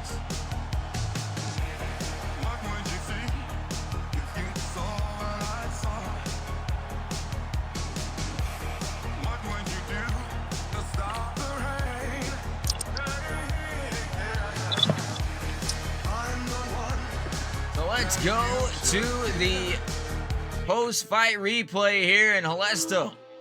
Give us your thoughts as we take a look at the replay. Well, as much as it did look like he was starting to get a little bit of resurgence, he just looked like the champion versus an inexperienced MMA fighter, and it looked exactly like you would expect an outcome like this to come out. Just knowing the experience level of each fighter. I'd like to give Chang, a little bit of a pat on the back for even, being able to find himself in the championship fight, but he's gonna have to go back to the drawing board and figure out what it's going to take to become a championship level fighter, not just one that can succeed in the league. Yeah, I'd agree with you, and I think maybe that was the biggest play here for Chang Lee on riding that wave. But when you kind of go back and take a look at maybe some of the fighters he fought, just not quite the talent level. Topher has shown that, I mean, he can make fighters that are hot look like they are not, to put it simply. Absolutely. Yeah, that's a fighter that has been training for years now. The jiu-jitsu is there if he needs to fight on the ground, and we have seen him stand up with fighters in the past and really show off the striking. So just a solid build, really, put together for Topher, and I do think we will see Lee competing again for the championship. He's certainly not done yet. Yeah, 100%. I think Lee, maybe a little bit of tweakage needs to go on, because we have seen in the past, even when he is still winning, the fights that he won recently, they were relatively close, and he had that mentality of where he'd kind of let fighters get back into it. So perhaps just a bit of a tweak or something, but we'll see how he become responds. A tweaker. Yeah, He needs to become a tweaker. That's really it. Yeah, that's what it is. That's all he needs. So that finishes tonight's stream here, as we go to our intermission screen and we take a look here after. Actually, I guess we could go back to this one. So as we go back through the card lineup, we'll start at the prelims there. Wow, look at all the reds, though. Look at all those reds. Yeah. Jenkins made her debut against Aphrodite, and Aphrodite got the second round KO, but that was a back and forth brawl. Jenkins looked promising. Nelson versus Johnson. Nelson came out strong in the first round. Johnson then turned it around in the second. He got a second round KO. Yarrow and Samson. Samson made his debut, and he was dominating on the feet, but kept trying to take the fight to the ground. Yarrow ended up getting a second round submission on him. And the final prelim fight, Malkin again looked really good in his game against Bobo. Got a second round KO. Whoa, to the undercard here, in Stonehands took on the newcomer Boomer, and man, that was a fantastic fight, back and forth. Stonehands probably had the decision going late into the third, but kept swinging. Boomer got a knockout late. 13 seconds left. One. 13 seconds left in that fight. Yeah, that was a really good fight. Violent Bob versus Dunlop, and Violent Bob with a third round KO, but man, Violent Bob kind of took his time. He looked like prime Violent Bob Ross again, showing off the karate skills, got a knockout. Paintbrushed his ass. Yeah, he did. And then the final fight on the undercards, the former lightweight champion Bird took on one of the new up-and-coming Red Hot Ivy. And Bird got the decision in that fight. I believe that one was that unanimous, or was that the split? I think that was the split decision fight. It was relatively close. Bird did get it in the split decision. Yeah, that was the close decision fight. That because they both thought they won that fight at the end. Yep. First fight on the main card, Coldheart, the newcomer, was undefeated coming into the fight, taking on a fan favorite, kind of gaining some ground here in Ricky Bobby. But man, Coldheart just put on a show, a clinic of stand-up and grappling. Dropped Bobby multiple times, jumped for the finish, and got a first round submission armbar. It was a fantastic performance. Coldheart now 3-0 since joining Lockdown Fighting League. Schaffenhaus versus Chambers was the next fight on the card. That one went the distance. It was a really good fight, but Schaffenhaus was able to take that one over Chambers. Both fighters really busted each other up. It was an enjoyable heavyweight fight. The final fight on, well, I guess not the final fight on the main card, but our final main card fight, we had Apex going against Ardit, and it looked like Apex was going to get that win. Had a dominating first round, and then Ardit showed that heart, that warrior spirit in him, came back and got a second round knockout. Incredible fight. He could be the next in line for the light heavyweight championship. Then we move on. The Only co-main. 2 decisions. Only 2 decisions. Yeah, it was a good card all the way. A lot of finishes, a couple decisions, a good mix of KOs and submissions. Helesto took on Bermuda in a co-main 5-rounder. That one, a 4th round submission for Helesto, and I think that one was still fight of the night for me. Both those guys had moments in the stand-up. They both had moments in the clinch. They both had moments on the ground with ground and pound or with submission, back and forth grappling. They both showed why they are 2 of the top heavyweight contenders, but Helesto came away 4th round submission. Then in our heavyweight main event, Slice defended against Emmett and got a 3rd round knockout. Feeling under the weather, flu-like symptoms all day, still came out and performed. Got a vicious knockout on Emmett. And then in the headliner main event, light heavyweight championship on the line, it was Topher versus Lee. And Topher pretty much put on an MMA clinic, outstruck the striker, and finished him on the mat with a 3rd round arm triangle to seal the deal. Yeah, I'd be more impressed. I'd be more impressed if it wasn't flu-like symptoms and he actually just had the flu. I mean, I think he did, but yeah, we call it flu-like symptoms. We can't let a fighter fight with the flu, so we're just saying flu-like symptoms. No, it's a great card. No real slow fights, nothing. Even that women's fight was a banger. Great to see. Very few decisions, and I mean, how could you ask for anything more, especially this early on in the season and stuff, with a lot of the new fighters too coming in and performing just as well as some of the veterans.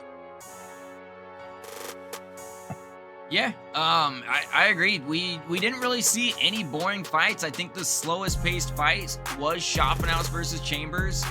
Both those guys like to, hit with counters and stuff like that. But even then, they both had their moments. It was back and forth. I don't mind seeing a 3-round brawl that goes to a decision. So I agree. We've got a lot of new blood here. They are energetic in the chat. They are, active in the Discord, and their fighters are entertaining to watch. We've got our top veterans, a few top veterans still hanging around here. And, keeping it entertaining. Euro needs a nickname. Euro needs to come up with a nickname. Yeah, I'll have to get with him. We gotta get him a nickname. I know we still have a few new fighters coming for LFL 25. We're gonna try to get gyms up and running. There will be a channel made in the Discord specifically to post what gym you want to join and stuff like that. It is in the works. Keep an eye out for all you that are still watching, listening, tuned in right now. I have been posting about it in the Discord as well. But that is coming, and it will add a little bit more depth to just, getting on and watching the fights. So it will be a little bit extra to it. Should be fun. Going to try to keep things interesting.